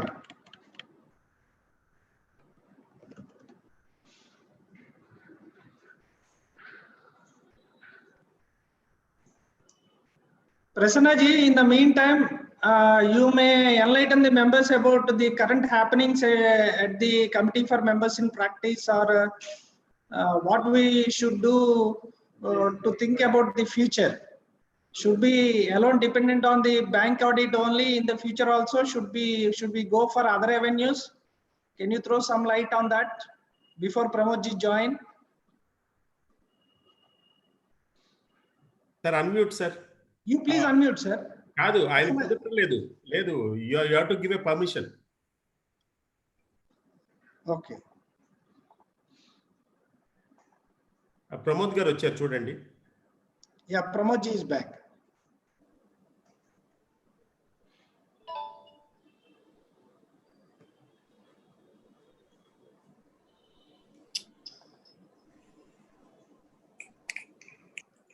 Sir, I am giving my mail ID in your private chat. Kindly send me the PPT, sir. I will run it for you. Okay. Yeah. అంటే ఆయన run చేస్తే కొంచెం ఈజీగా ఉంటుంది. Pramod ji not in the meeting. What is this? He is in the meeting, sir. Yes. Sir, did you get my mail ID, Pramod ji? You have sent me. In the chat box, you have the mail ID.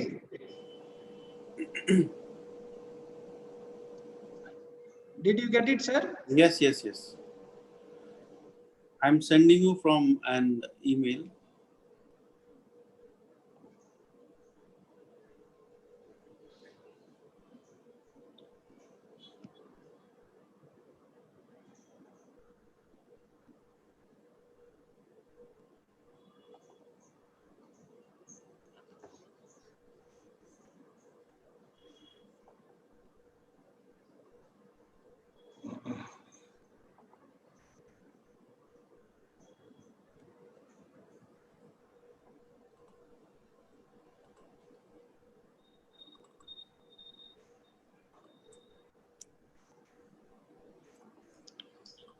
Did you unmute, Prasanna ji?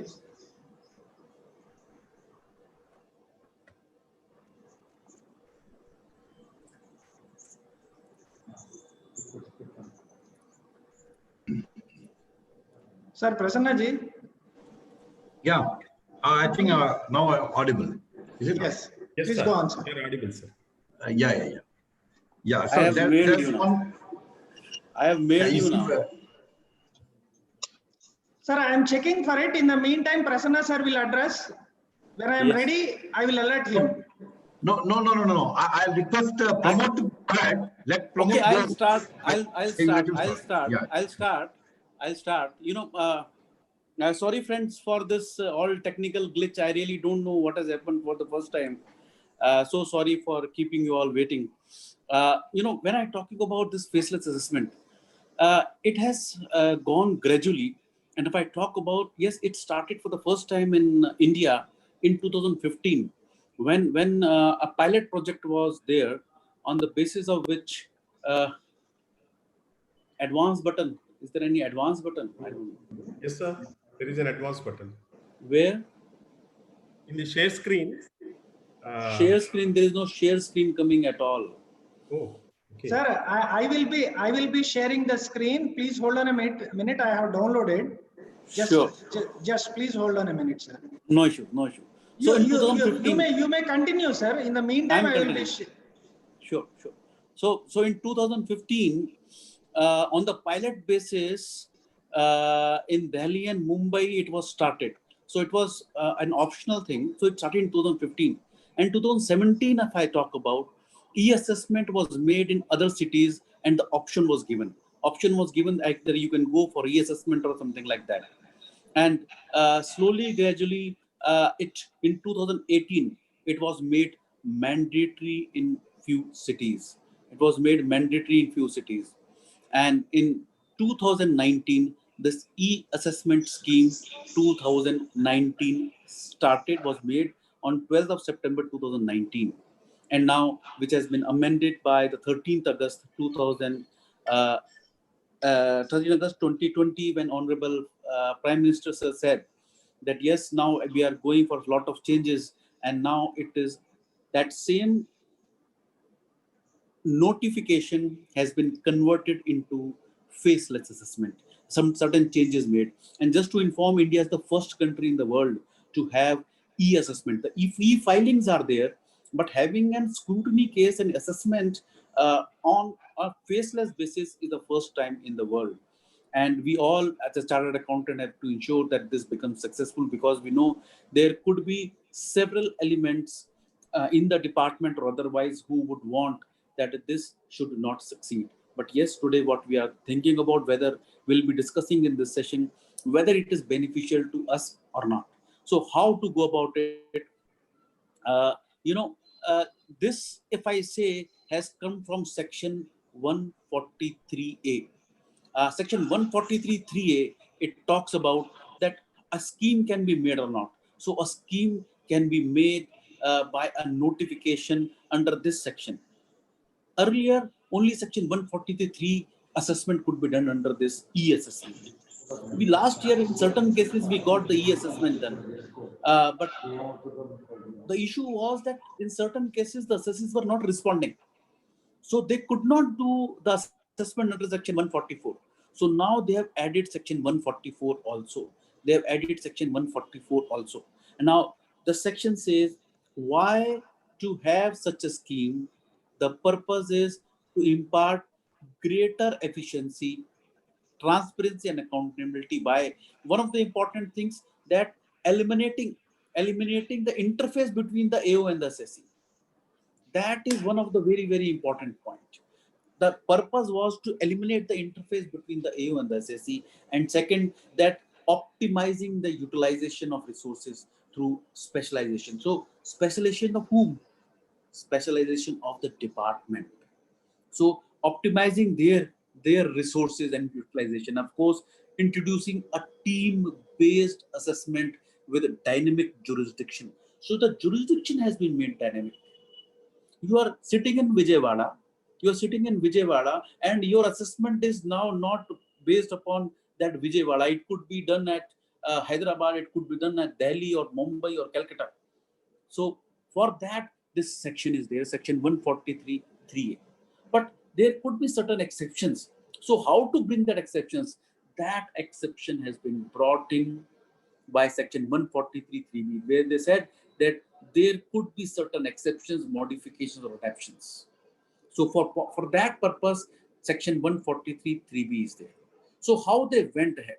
They went ahead by issuing a notification for section 143(3)(a). And for that purpose, the notification which was issued was notification number 61/2019, which was dated 12th September, which talked about my e-assessment scheme. And this scheme itself, this notification itself was amended. There is no new scheme brought in. This scheme, this notification has been amended on 13th August, where what are the main amendments made, we will be discussing. And for 143(3)(b), that is the exceptions, the separate notification was issued, that is notification number 62. And this also was amended along with the amendment of notification number originally 61 of 2019. So both the amendment notifications were amended. Now the exceptions which were said to be allowed under 143(3)(b), for that, a circular was issued. A circular was issued on 27th of September 2019, where they said that in certain cases, the e-assessment would not be mandatory where the assessment is framed during financial year 1920. It included all 153 CA, my search cases, 144 set-aside cases, non-pen based, ITR in it is paper mode, or certain difficulties are there. Now, this circular was there only for financial year 1920. And if we see the circular, in this circular, still the search cases are there, which would be done by manually, which could not be covered in my faceless assessment. 144 has been taken care of in this faceless. And certain jurisdictional issues, extraordinary circumstances, they can transfer. All other cases, set aside assessment, non-pen cases, I don't know how they will do the non-pen cases, but yes, through the Aadhaar number, if they would be having, they all would be done now in the faceless assessment. Pursuant to this e-assessment, for assessment year 18-19, out of total cases of around 1,79,000 cases, 58,319 cases were taken for e-assessment. And these were basically in these 8 cities. So these 58,000 cases were only covered. We know that assessment year 18-19, still that e-assessment has not been done because it was to be completed by September. Now it may be completed by March. So it was originally covered that only 58,319 cases would be covered, but where an order was passed on 13th August 2020 that from now on, all assessment orders shall be passed by the National E-Assessment Center through faceless assessment scheme. So whatever is my pending assessments, even which were not e-assessment, apart from this 58,319, all cases are now faceless, other than this central charges and the international tax charges. They have also said that in case an assessment order is not passed by faceless assessment, apart from this central and international charges, it would be treated as not in existence. It shall be deemed that it has never been passed. So please take care for assessment in 18-19. If the assessment has not been done yet, now it cannot be done manually. It will be done only through faceless. So please take care of this. Now, what is my National E-Assessment Center? We are talking about National E-Assessment Center, the Regional E-Assessment Center. This National E-Assessment Center, this would be playing a very central act between the taxpayer and the income tax department. Yes, was inaugurated on 7th October 2019 and located at Delhi. And it is to be headed by the Principal Chief Commissioner of Income Tax. So the head of that is there. The Regional E-Assessment Center would be comprising of these 4 units: assessment unit, review unit, technical unit, and the verification unit. There would not be one REAC, there would be several. And each REAC would be headed by the Principal Commissioner of the Income Tax. Initially, 8 REACs were set up, and now they are going to multiply. And when we talk about assessment unit, because these 4 units are there, take note that this assessment unit is one of the very important unit. Why? Because my order would be drafted only by this unit, the assessment unit. It would be drafted by this assessment unit only. Whatever document I am sending, it will come to this assessment unit. So it would identify the materials, what are the issues which are material for determining my liability or refund. Any clarification which is required would be sought by this unit. All the materials which it is seeking from other units would be coming back to it, and it would be forming its opinion and preparing a draft order. This draft assessment order concept was not there in my manual assessments or even in the original e-assessment or the electronic assessment which we were doing through my e-filing portal. There also there was no concept of draft assessment order. Now this is there, and that would be issued by this assessment unit. So what would be the role of a verification unit? Whatever inquiry is required, 131 statements, 133.6 confirmations, examining my books, having a witness recording his statements, everything would be done by the verification unit. So assessment units would be saying, okay, I require this.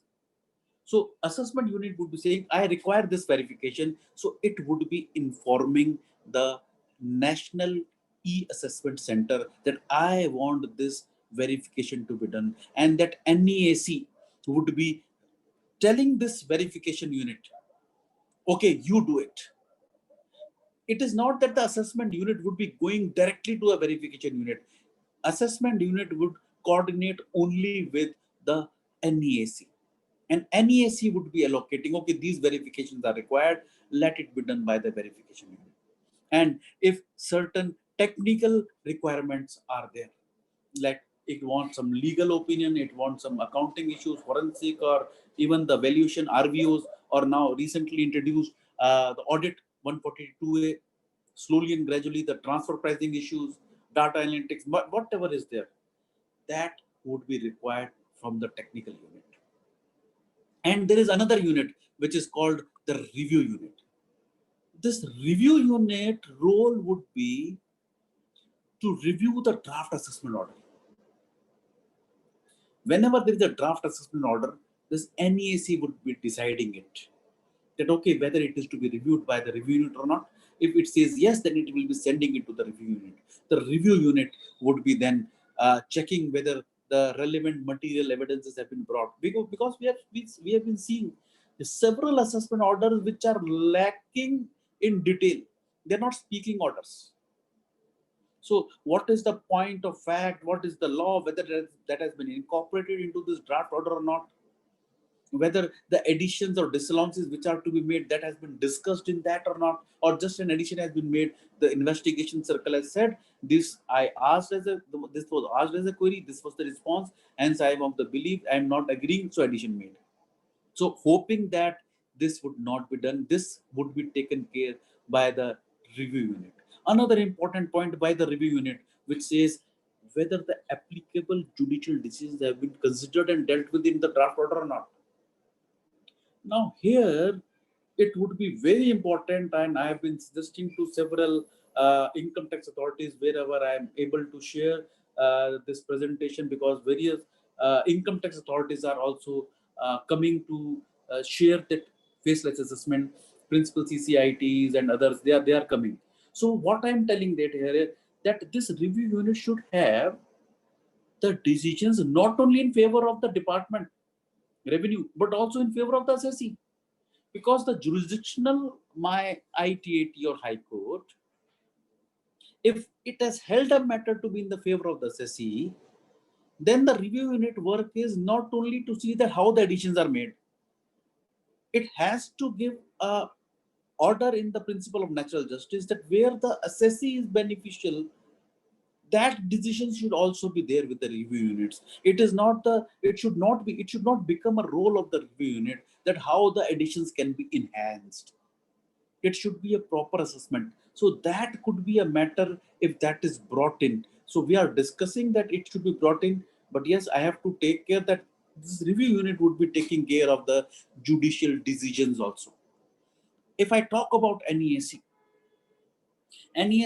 the total units which would be there in the country would be 95 assessment units would be there, 35 verification units would be there, 20 review units would be there, and 4 technical units would be there. And these 4 would be in Delhi, Mumbai, Kolkata, and Chennai. So NESC would be contacting them directly.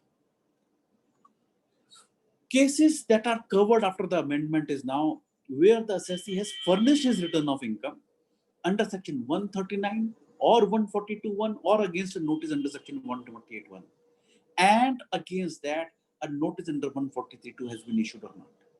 So why I'm telling this now? Suppose because there could be a technical issues which could be coming later on. So when Falguna sir talked about appeals, and suppose these notices 142(1) they have been issued and 143(2) notice has not been issued. So that could be a point, and this faceless could be useless. So understanding this faceless assessment has to be very clear. What is in the law, what is in the notification, or if he has not furnished the return of income in despite the notice under section 142(1) or 148(1), in that case also now the assessment can be done faceless under this. The changes which has been brought in by this scheme, of course, 13 August, the name was changed from e-assessment to faceless assessment. Now 144 is also covered. Rules, of course, they said now income tax rules, of course, it was understood. Now, one of the very important point is for seeking adjournment or extension. Now, they have provided this in this procedures in this amendment. We were in the habit that when a notice was coming to appear on, say, 3rd of September, we used to in certain times ignore it and used to appear 1 day or 2 days after. Now that is not allowed. I've been given 15 days, so I have to respond within 15 days. If not, that window would be closed. So when this e-assessment scheme came, and at that time, the principal CCIT who was heading the NEAC, he was there, and the webcast was held at our institute. I was a part of that. So there we requested. Now, what is currently happening in CPC is same that if they ask something, I have to reply, and in their prescribed parameters, if I have to say something, I'm not allowed. Here also, suppose the 15 days have gone, would there be a separate button that I could again request them to give me an opportunity? Or after 15 days, my opportunity would close? We requested that a button should be there where I can seek the adjournment even after the 15 days. At that time, that honorable principal CCIT agreed, but currently I have seen that it is still yet not operative. And if it is not, then there would be issue. Now, that friend of ours is into the CBDT. So let us see what happens. But yes, take care of 15 days unless this button of extension adjournment is separately covered. And yes, now the penalty orders would also be passed by the faceless unit, NEAC only.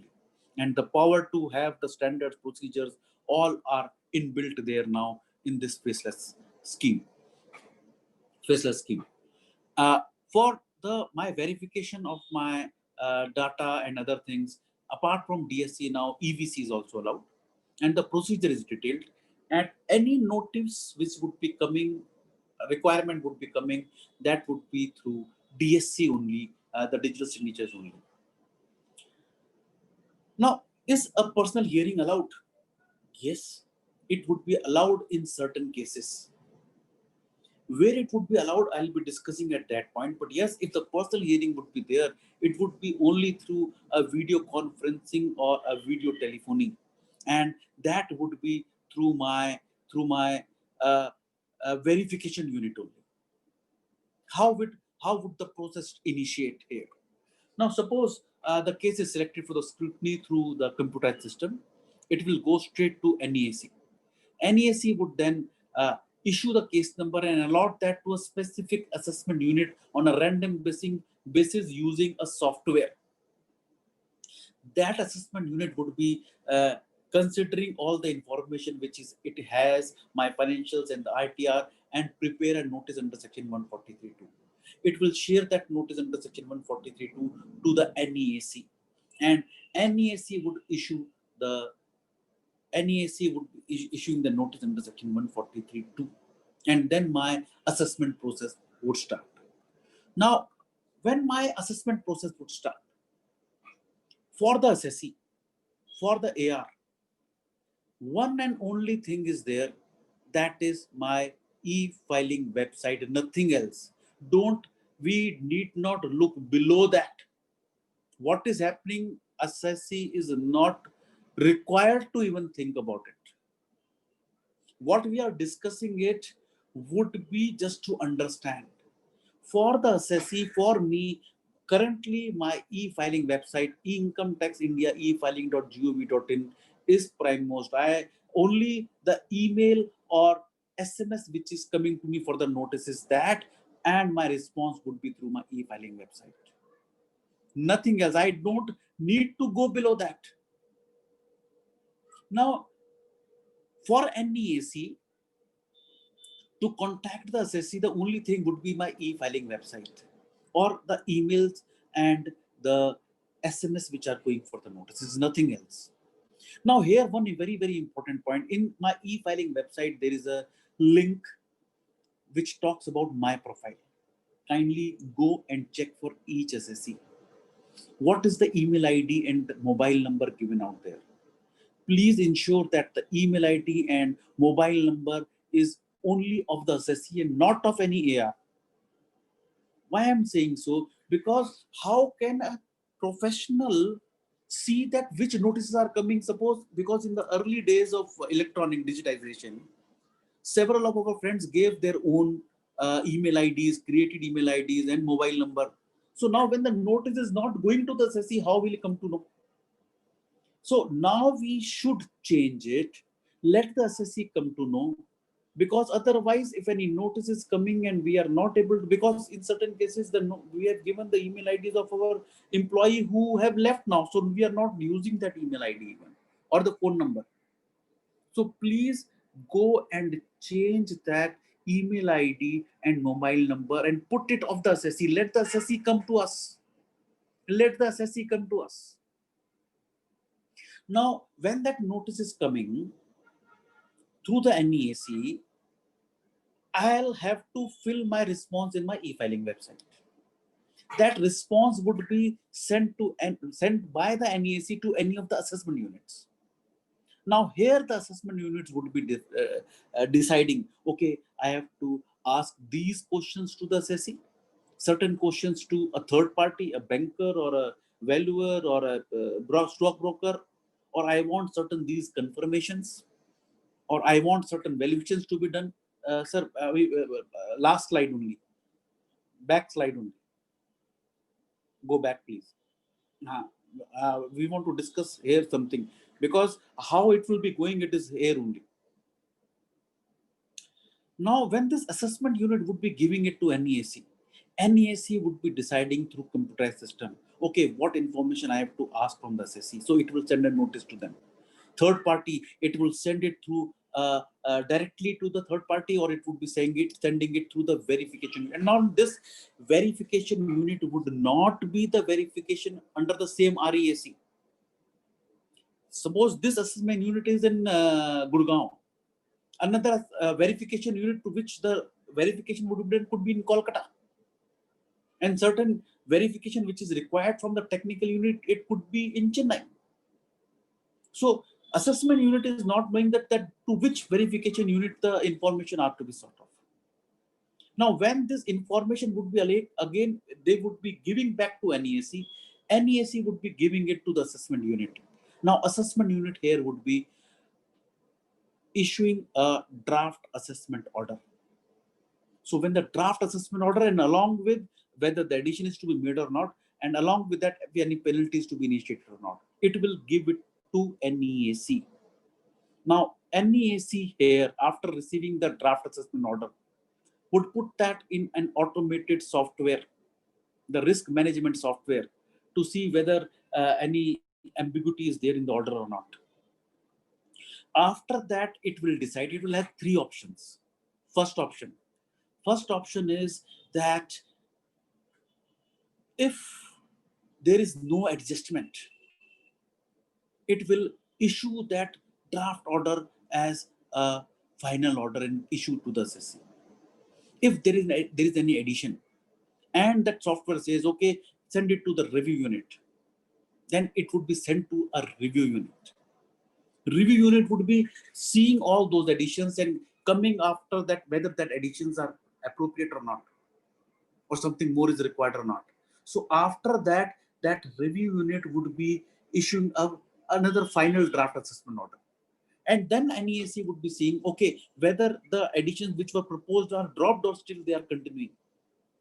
If they are continuing, it will issue a show cause notice to the assessee that this is the draft assessment order, why these additions should not be made. And if the assessee responds, now if that notice has not come to the assessee because the email ID is wrong or mobile number is wrong, the assessment would be done under 144. Now, if that assessee responds to the show cause notice, again it will come to NEAC.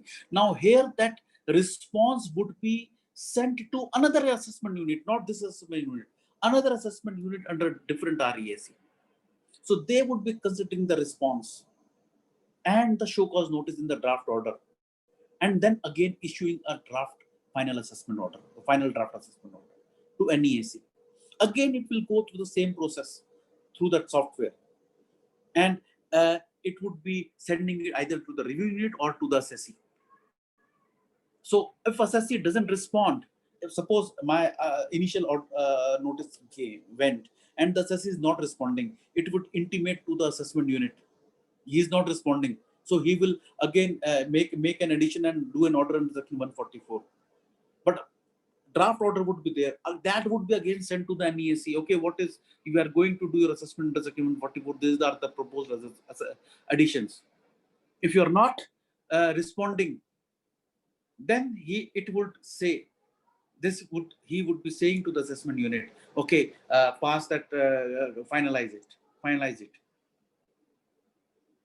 No, he cannot give Murliji in his submissions. If even if it is given in the submissions, still it would be going through which assessment unit finally, we don't know. We don't know. So of course they would be, what they are asking, what is being submitted, it would be seen. But I don't know to which assessment unit is going. But yes, if that show cause notice, I am not responding, my addition would be made. Now, where this proposed addition is there, I am responding and the assessment unit is not understanding. Here I can request to REAC. I want a personal hearing. He is not able to understand. I would be able to understand when I explain. That case, the NEAC would be nominating a verification unit for a personal hearing. So nearest verification unit you can go, or whatever the SOP is prepared, the video conferencing, you would be able to have a personal hearing out there. Or in the case of statement also, this verification would be taking that statement electronically, everything would be recorded. So this way my whole process would be going on. Right, now the next slide. What I've said in this last slide is mentioned further. How this question is there, that how will assessee know that AU is not understanding? It would be because it is called upon the professional. Because when the addition is proposed, I am saying it is again repeating the same thing which we are seeing that in the case of CPC. So here I have got a right to have a personal hearing. So let me do that. Reddy's question is, if we don't respond within 15 days of notice, still we can have an opportunity to respond, show cause. Yes, you will have at the time of show cause notice, but it is always suggested that we should respond to each and every point, because non-responding, one penalty would be there, because penalty is online. They would issue a notice, not responded, 10,000 penalties there. So every notice, non-compliance penalty would be there. It would be online. You have to respond online. Penalty would be levied online. So please see that there is no non-compliance of a notice. Everything is being recorded now, right? So yes, after the e-assessment, one of the very important points was that I have to respond within 15 days or seek extension. Please keep your last date as 13th or 14th date. Don't keep it 15th day. 15th day, there could be any technical issue. We are thinking that the last time is 5 o'clock in the evening or 12 o'clock, but actual time could be 11 o'clock. There could be issue at my end, there could be issue at the income tax department end, and again there would be litigation. I would be saying I tried, but there was a problem, but again there would be litigation. So keep your last day of responding to the 13th or 14th day. 13th or 14th day. And suppose there are 20 questions and you are responding, you are ready with only 5. Give those 5 and seek an extension. Yes, you can ask for an extension. Of course, it is not that 15 days you have to give all the answer of the 40 questions they have asked. Satish Kumarji's question is, one of our assessee received a security notice from NESE, but he missed to respond, resulting in closing of the submission link. Now, please wait, another notice would be coming. It was the initial time when within 15 days they were not issuing. Now they would be issuing again. It could be, we are not worried. Santoshi, you are saying that there could be different assessment unit every time. So how are we worried? They would be having the total record in front of them. So what are the questions answered or not? What was the show cause issued? What was the 143 issued? It would be there with the assessment unit who is doing it. The technical unit, what were the questions asked? Hari Prasad Guruji's question is, I understand that notice to assessee would be sent through email, SMS and portal, but many times assessee may miss these mail or SMS. Voice message or phone, I don't think so. They want it faceless. They don't want any interaction with the assessee. So keep your email ID and SMS up to date.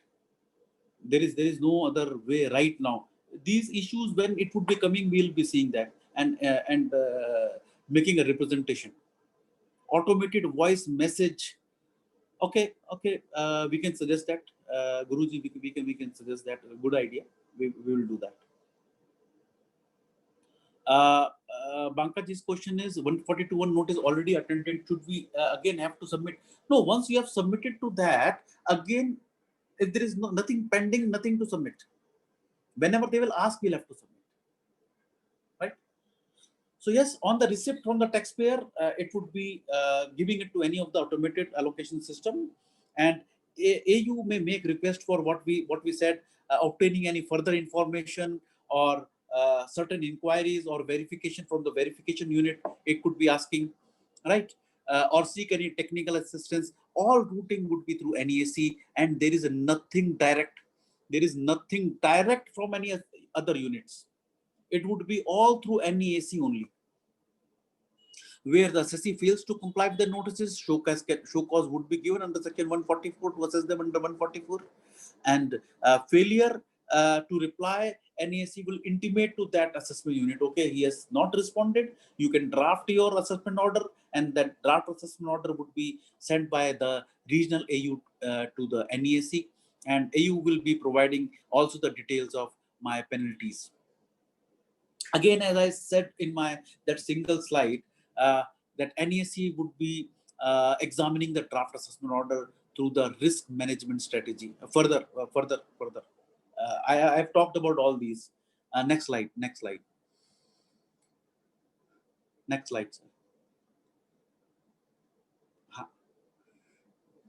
Just wait. Right. We have submitted, Makamji saying we have submitted reply to 142 notice, but no response from the authority. Nothing to worry. Nothing to worry. If they want certain further information, they would further ask. They are also new. It is new for them also, right? So they would again finalize, as we have discussed from the review unit, they would finalize the draft assessment order, provide the assessee if there is any modification. The word used there is modification, which is an addition. So NESC, upon receiving the suggestions, would assign the case to another AU. So another AU. So it would be moving until the system says, okay, this is final. We are going to finalize the report. Right. Next slide, please. Again, this process is going final draft assessment order to finalize the or provide and show cause notice. So 1-2 show cause notice would be coming. Next.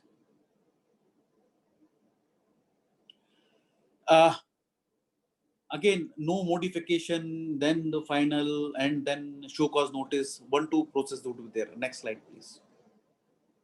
All communication would be electronic mode except for the statements and the personal hearing. Now, as I said, that personal hearing would be allowed exclusively through the video conferencing or video telephony scheme, where the show cause is issued or where the statement is to be taken. And personal hearing would be approved by the head of REAC only. And NESC, after next completion of the assessment or the penalty orders, would transfer all the electronic records to the jurisdictional AO for further cases of stay of demand, recovery, and all those things. And appeal, where it would lie? Appeal would lie to my jurisdictional CIT appeal only. It would lie only to the jurisdictions, though now appeals are also going to be faceless. And the hierarchy, they have divided 2/3 into my faceless and other than in the residual jurisdiction, they have divided. If I talk about NESC itself, it would be headed by one principal CIT, 4 CITs would be there, 8 additional and joint commissioners would be there, 16 DCIT and ACIT would be there, and 5 AOs would be there. And in case of my AU, my VU, RU, and TU, it would be again headed by one principal CIT, and below them my number of DCs, ITOs, and EOs. It is there in the chart. One very important point is from 13th August 2020, all the survey powers are now to be, it would be under only 2 agencies. One is my commissionerate of TDS and second is my investigation wing. So now what used to happen, every now and then my inspector, the jurisdictional AO inspector, he used to come, okay, I'm coming, the survey is coming, forget all that. It would be only through, so that nuisance or that which was there, that is no longer there. It would be done only through my investigation wing and commissioner TDS. So if every phone comes, okay, we are coming, forget that. That would be not there, and the approval would be there from my DGIT investigation and the principal. So various notifications for this phase test has been issued, around 10.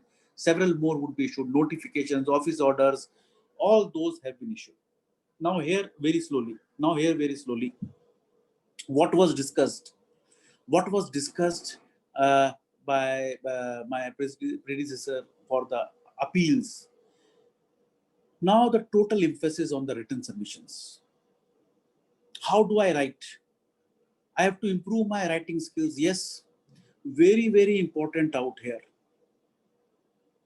Because, you know, a chartered accountant role here would be par excellence, I would say, because there are other professionals or certain cases, assessees, accountant used to go and get the assessment done. Or STP used to go and get the assessment done. Now it will not be there. Now it has to be, how do I write? Am I able to express? How I am able to express what I intend to say? I'm saying something and writing something not done. Am I able to give words to my expression? Am I able to put that in writing? That becomes very important. And a chartered accountant knows the law, knows the accounting, knows the taxation, knows the audit. So he is very apt. Now, if you are, because the option, there are two options to submit. One is to feed there itself. What are the points? Second is giving an attachment. You can have the two views, either way you want, but my personal view is that, of course, you should give an attachment. Why? Because suppose an addition is made and you want to go for an appellate stage. So what you submitted before the AO, you have a copy of that. So when you make an attachment, see that in attachment, you write the PAN of the assessee, the subject against what you are saying, what is the assessment year, what is the DIN number against which you are giving your response, which year, which DIN number, name of the assessee if you are filing as an AR, because now authorized representative is also allowed. You take a power of attorney of the stamp paper which is applicable in your jurisdiction. In Delhi, suppose my special power attorney rate of stamp duty is 50 rupees. So here we take our power attorney on 50 rupees stamp paper. There is no court fee for chartered accountants. I have to take it on a non-judicial stamp paper. So take it along with that and attach that along with your submission. You know, always do that. And of course, respond within 15 days. If you don't, then there would be an issue, which we have discussed. Always have a positive approach. Suppose, you know, I say that in your life, you always have to be positive. Being negative never helps you. You are pointing out negatives in the others, and others are not being affected. What is affected is you become negative, you think everything, you write, you say everything negative. So if you have that approach, you will be writing negative also. Suppose you are the AO, you are the assessment unit officer, and when you see the response and everything, you have done wrong, you have done this wrong. So what is, ultimately is it is a human being who will be responding, creating. So have a positive approach. Be strong in your point, what you want to say, what you want to rebut, but keep a positive approach in your writing too. And that would come so automatic by your own nature. So create, if you are having that, excellent. If not, then create that. Most of us are having a positive approach. Keep that, maintain that in your writing. And always, whenever a notice comes, don't take it very lightly. Negate all the specific questions. Suppose there is a show cause notice or a question has been asked in the initial 142.1. The details are being asked and we are responding out of 20 things, only 5 or 10 and leaving. Suppose in single para, in a single show cause notice, single paragraph, they have asked, say for section 68 or for demonetization, whatever it may be, 5 to 10 things. And we are responding only or 1 or 2 or 3 or 5 and leaving 2, 3. So that could be a point where they said we asked and he did not reply. So how I would take that as an additional evidence at the time of appellate stage? It is all on the records. It is all on the record that they asked and you did not reply. So read that notice very, very carefully. State the factual position. Don't just start by your case laws. This is the issue. These are the case laws. Allow me. What is the fact? What is the fact? Write that fact. And after that fact, please mention the legal position, why it is allowed under this section. No case laws at the time of my assessment stage. Leave them for my appellate stage. But drafting of your submissions before at the assessment stage becomes very important. The same skills would be, or a higher skill would be required at the appellate stage, CIT appeal. But here I have to give all the documents which are required. Suppose there is a section 68 issue, just don't wait that they ask, clarify all the 3 things of identity, creditworthiness, and genuineness of the transaction. Don't wait that they have not asked upon this. Yes, there could be several issues from the department, because it is new for the department. So they also could be having issues. How the Datas are secure. Are they robust at the NESC and the RESC levels? It could be that the data could be what we say hijacked. It could be through the computer system. It can be taken away. So I have to be very. The department has to be very careful. Is there any the requisite internet bandwidth is there for the communications at the time of uploading and issuing of notice? The facility for the video conferencing and video telephony is to be developed by bulk submissions. Now, certain AOs were in the habit of asking for my 3 years bank statements. So huge. So they have to create, they are saying that they are creating for at least 20 MB uploading. But yes, if not, how to upload? They have to develop that system of automated allocation of cases. If it is person based, there could be a bias. The rule says, the notification says it has to be through automated allocation of system. So that should be foolproof. It would be on the department to create that so that there is no ambiguity thereon. And it is new for them. They have been in the habit of sitting across the table and discussing over a cup of tea or coffee. Now, all these systems, they also need to have adequate training. Adequate training to them also would be required. And from the assessee's point of view, yes, I have to take care to keep my address, email ID, and mobile number always updated so that I receive those communications. And when it was discussed, when they were in the institute, they said, even if an email is sent, we have developed a system that if that email is read, clicked, it would come to their knowledge that on which date and time it was read. Just like in WhatsApp, we see there is a 2 green mark, it has been delivered. There they would be having, they have developed that. It was told to us, they have developed it. They have developed it. So yes, if you have seen it, it would be coming to their knowledge and they would be bringing. So I have to be very careful. Yes, lot of time and cost would be consumed for digitizing my physical data, because they would be asking, say you've got vouchers, invoices, okay, send us that. Bank statement, I've got a hard copy, okay, convert it into PDF. So it would be requiring a lot of time and cost to the assessee or the representative assessee. Yes, hardship too would be there due to lack of IT infrastructure at the level of income tax as well as the level of assessing. That has to be seen. It may be that my 4G is not there currently, even in Jammu Kashmir it is not there. So in certain areas the bandwidth could be very low. I have to take care that from where I am uploading, I am giving my data, because all GST returns are electronic, which are being filed. All income tax return now are electronic, majority of them that are being filed with the bandwidth. So now no one can say that there is not enough bandwidth.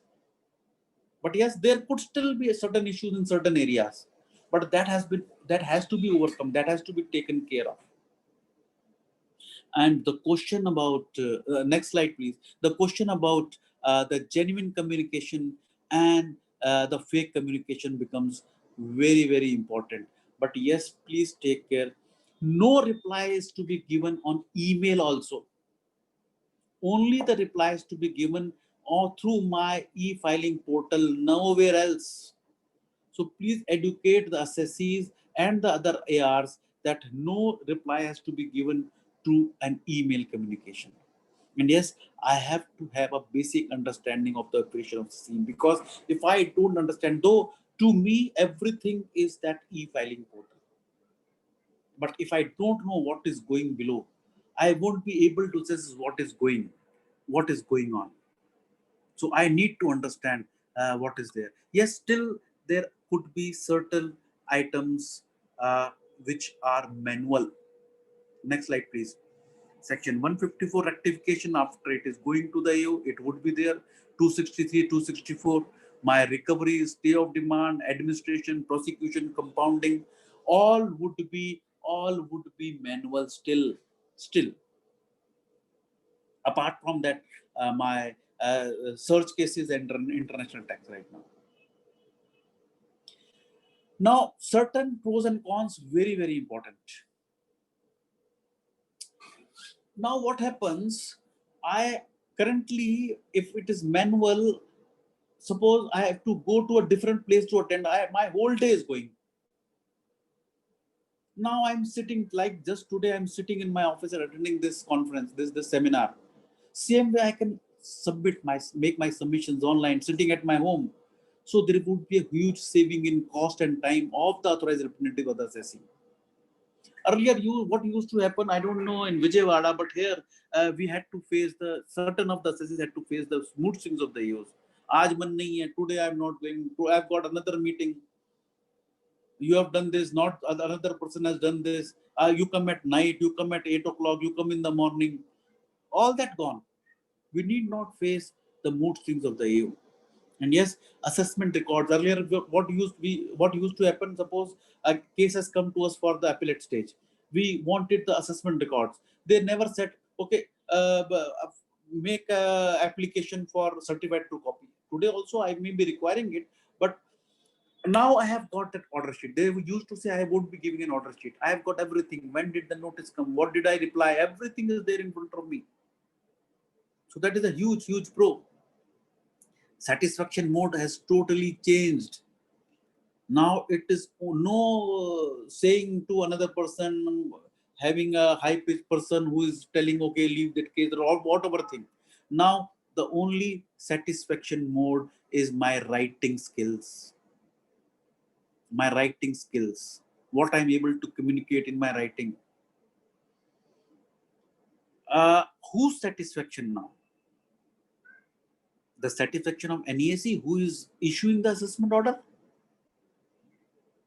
Or of the assessment unit who is drafting the draft assessment order? Or it is of a technical unit, or it is of a verification unit. Now it is satisfaction of every person in that team. NESE, of course, is having only the power to allocate through an automated system. It would not be doing any manually something. But yes, whose satisfaction? So I have to be always ready.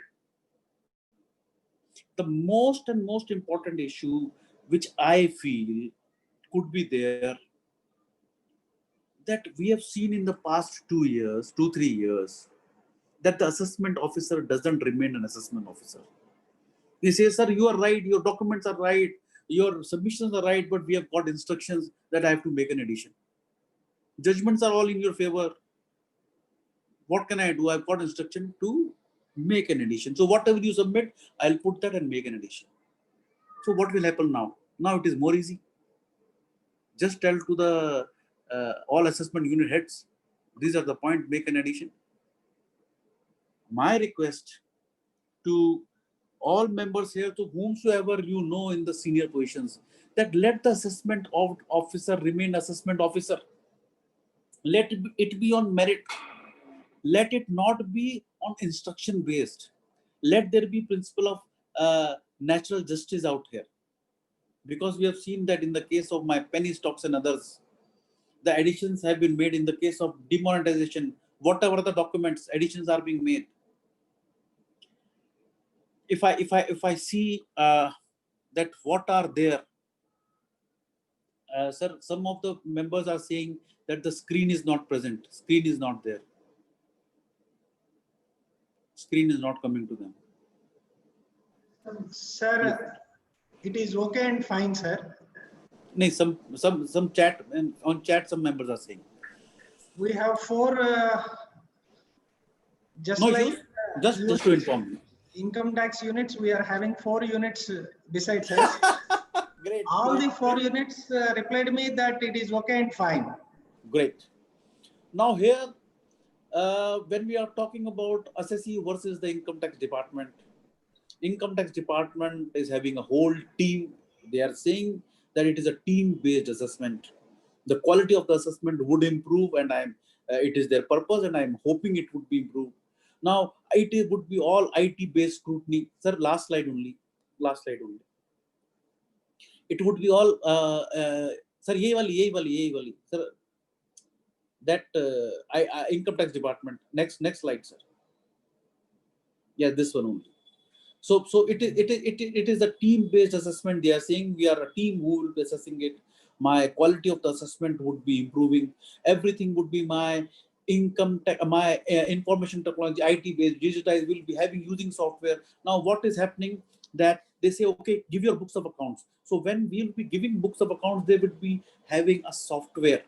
They have talked to several software vendors. So my books would be uploaded out there, and they would be coming out through that computer. Okay, what are the shortcomings?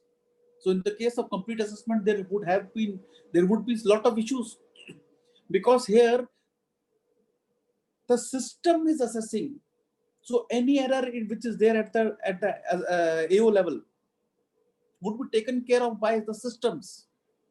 And the assessee, what does it have? It has only its updating writing skills and the technical knowledge which he has and the facts.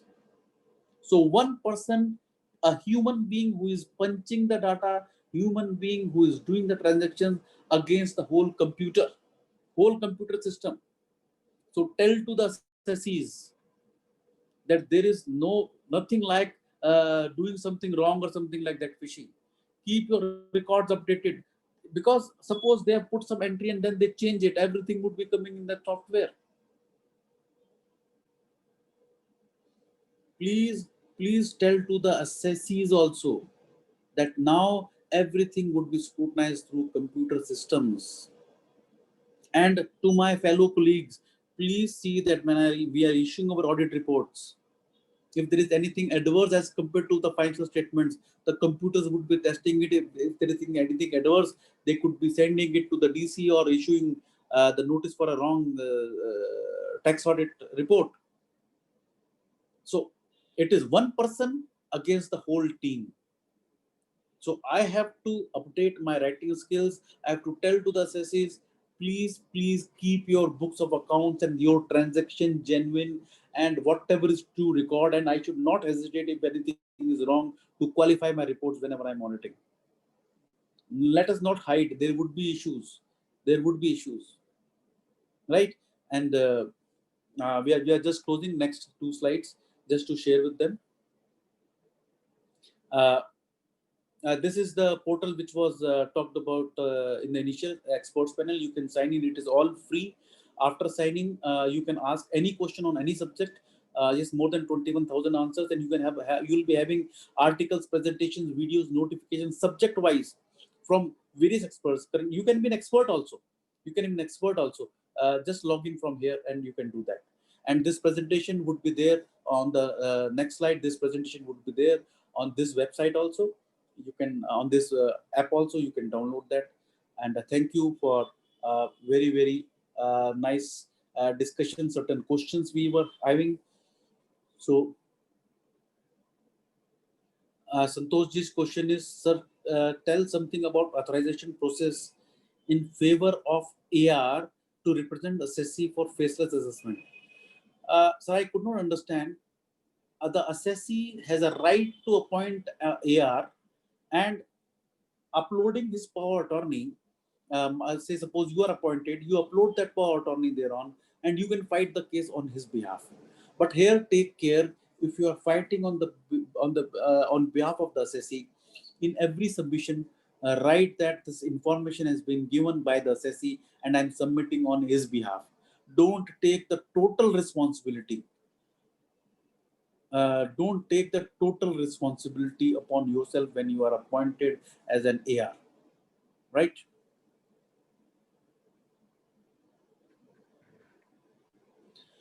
Bankaji, you are saying in Ranchi there are technical glitches. You have to come with the because the income tax returns, GST returns are being filed on time. They are being filed. So have that enough bandwidth for the technical glitches. Reddy's question is, though both AU and VU have concurrent jurisdiction, when cases transfer from one officer of AU to another officer of VU for the verification, the same should be accompanied by a transfer order. No, the AO is not changing. The AO is same. Now it is the scheme.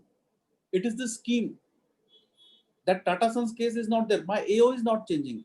Only a particular point is being given to another verification to verify.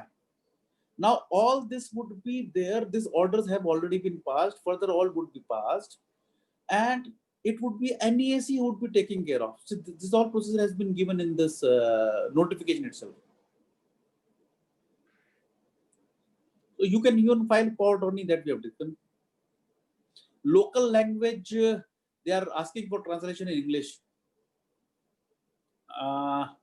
Currently, yes, it is English. We told them, and they at that time said that okay, we will try and have certain translators, but currently it is not so. Given the central charge and international tax is outside facial scheme, even TP audit by TPO would be outside the scope. TP audit by transfer pricing officer. Yes, you are right, sir.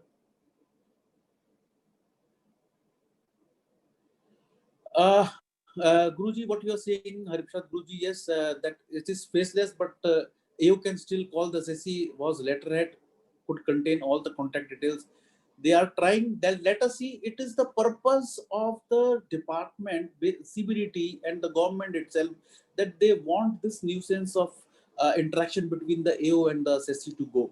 Certain SSC also wants, every AO, majority of the AOs want, so they would be trying. So let us see, it is an experimental stage. It is an experimental stage. I'm hoping that if it is made successful and times to come, it would be there in most of the countries. So India is one of the pioneers into this. So let us see. Right? So I suppose most of the questions are done with. Thank you, sir. This question is from Sheikh Ji. What are the IT department rights when the SSC is illiterate and not obey the IT orders over mail or orders goes to wrong address of the assessment? There is no other option. Go for an appeal. Go for an appeal. There is no other way out.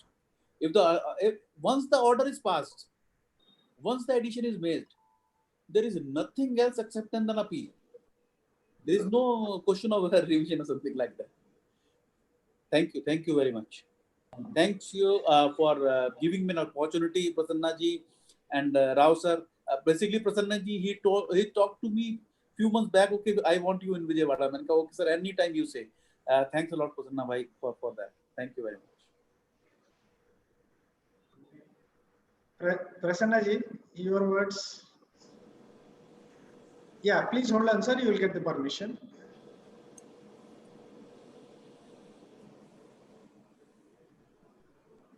Yeah. That was an excellent presentation by CA Pramod Jain. This is the first time I heard him for such a long time. The full presentation. Last time we invited him for a similar program. That was a physical mode in Hyderabad. That was also organized by the Committee for Members in Practice.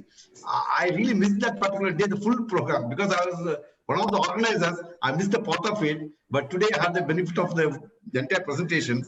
And you know, he's up to date in what is happening in CBDT.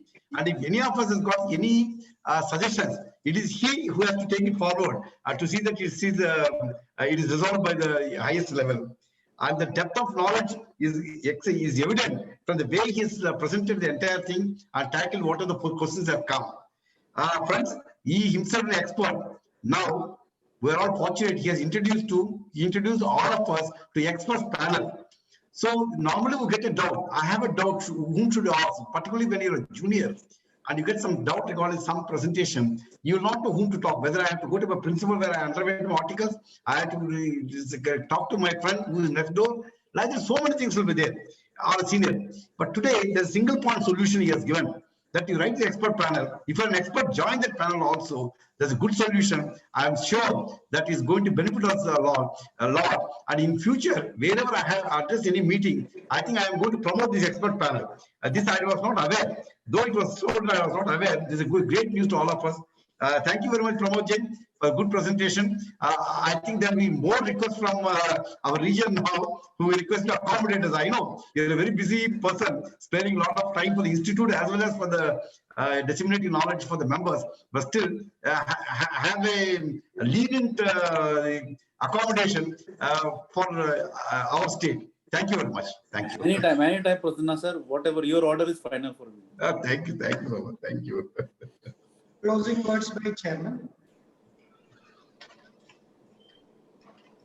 Thank you, sir. Thank you very much for the nice presentation, sir. Really thought-provoking, both by Palgun sir. Palgun sir, when he is telling that first there should be assessment procedures and then there should be assessment appeals, e-appeals or something like that. But as per your request that you have been engaged with the other this thing, we have asked Palgun sir to take up the first this thing, and really a great experience of having great stalwarts this meeting. The profession, the entire profession is going to take a murky U-turn, and the dependence on the English language or the representation skills and everything has to be reiterated. And now that we have to see that how we have to embrace all those situations. There are so many practical doubts about those things that our members are also asking about the how SSCs are illiterate and how they could not able to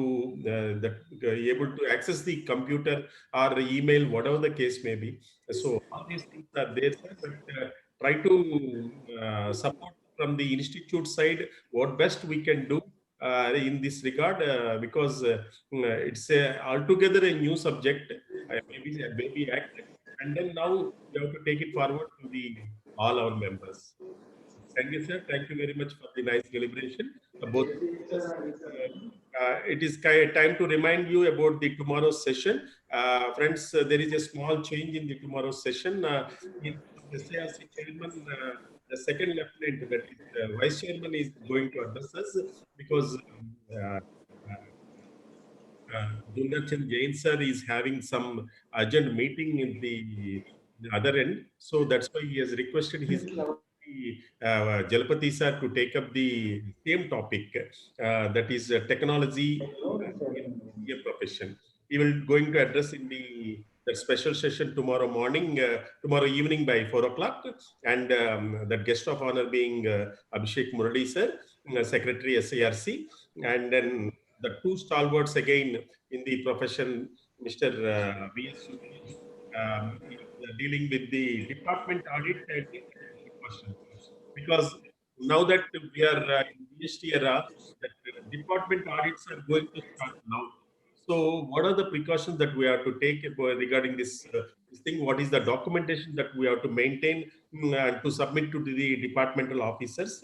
And again, Jatin Christopher sir is dealing about the GSTR 9 and 9Cs, 9C specific points. What are the spillover things that are happened in the 2018 assessment year?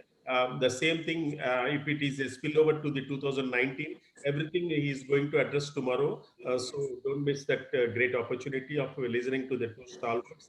And also in a special session to our vice chairman and the secretary of SARC Affairs. As you all know that our Prasanna sir is also going to join for the same. And now that we are going to sign off for this today's session, and tomorrow Chairman. Tell me, sir. Chairman, as we were discussing the other day, you know, we'll invite the other Central Council members from Southern region. Tomorrow, for each one of us will address us for 5 minutes regarding what's happening in the institute, particularly with respect to the committee they are undertaking. That was a nice gesture because such a great program we're organizing to commemorate the Golden Jubilee celebrations of Vijayawada branch. Let us have them also with us, like CA Babu Abraham Kallivairin, CA G. Sekharji, CA MP Vijay Kumar, CA P. Rajendra Kumar, CA Dayanavad Sharma. I'll invite them with all your permission. Let us have the benefit of listening to them tomorrow. Is it okay, Chairman, like we discussed the other day? Yes, sir. Yeah, so we'll go ahead. I'll talk to them on that. Yeah. Prasanna sir, that will be from 4 to 5, 4 to 5. 4 to 5 only, because the presentation of that taxation, that technology will be 20 minutes. Other things will wind up in 10 minutes. Half an hour will give it to these people. So split over 5 minutes each member. Yeah. I wanted to ask you, I will rephrase, sir. I will rephrase. Is it from 4 to 4:30 or 4:30 to 5 o'clock? 4:30 to 5. 4:30 to 5. Right. That's 4 to 4:30, the special session will be over. 4:30 to 5 will have address by all Central Council members. That's great, sir. We will modify the M2M accordingly, and I will get back to you tomorrow morning. And I think I'm afraid we have to close this session by this time. Thank you, one and all. We will meet you tomorrow at 4 p.m. sharp. Thank you. Thank you, Pramod. Thank you, Pramod. Thank you, sir. Very Thank nice you. of you. Very nice of you. Thank you. We have a bonus tomorrow of listening to the 5 more Central Council members. Already this seminar itself, we are having 8 Central Council members, and an additional 5 Central Council members is joined. It is going to be history. So thank you, and you'll have a bonus of saying things. Yeah. We'll sign off now today. Thank you everyone. We'll be waiting for tomorrow evening by 4 o'clock sharp. Yeah. Thank you. Thank you.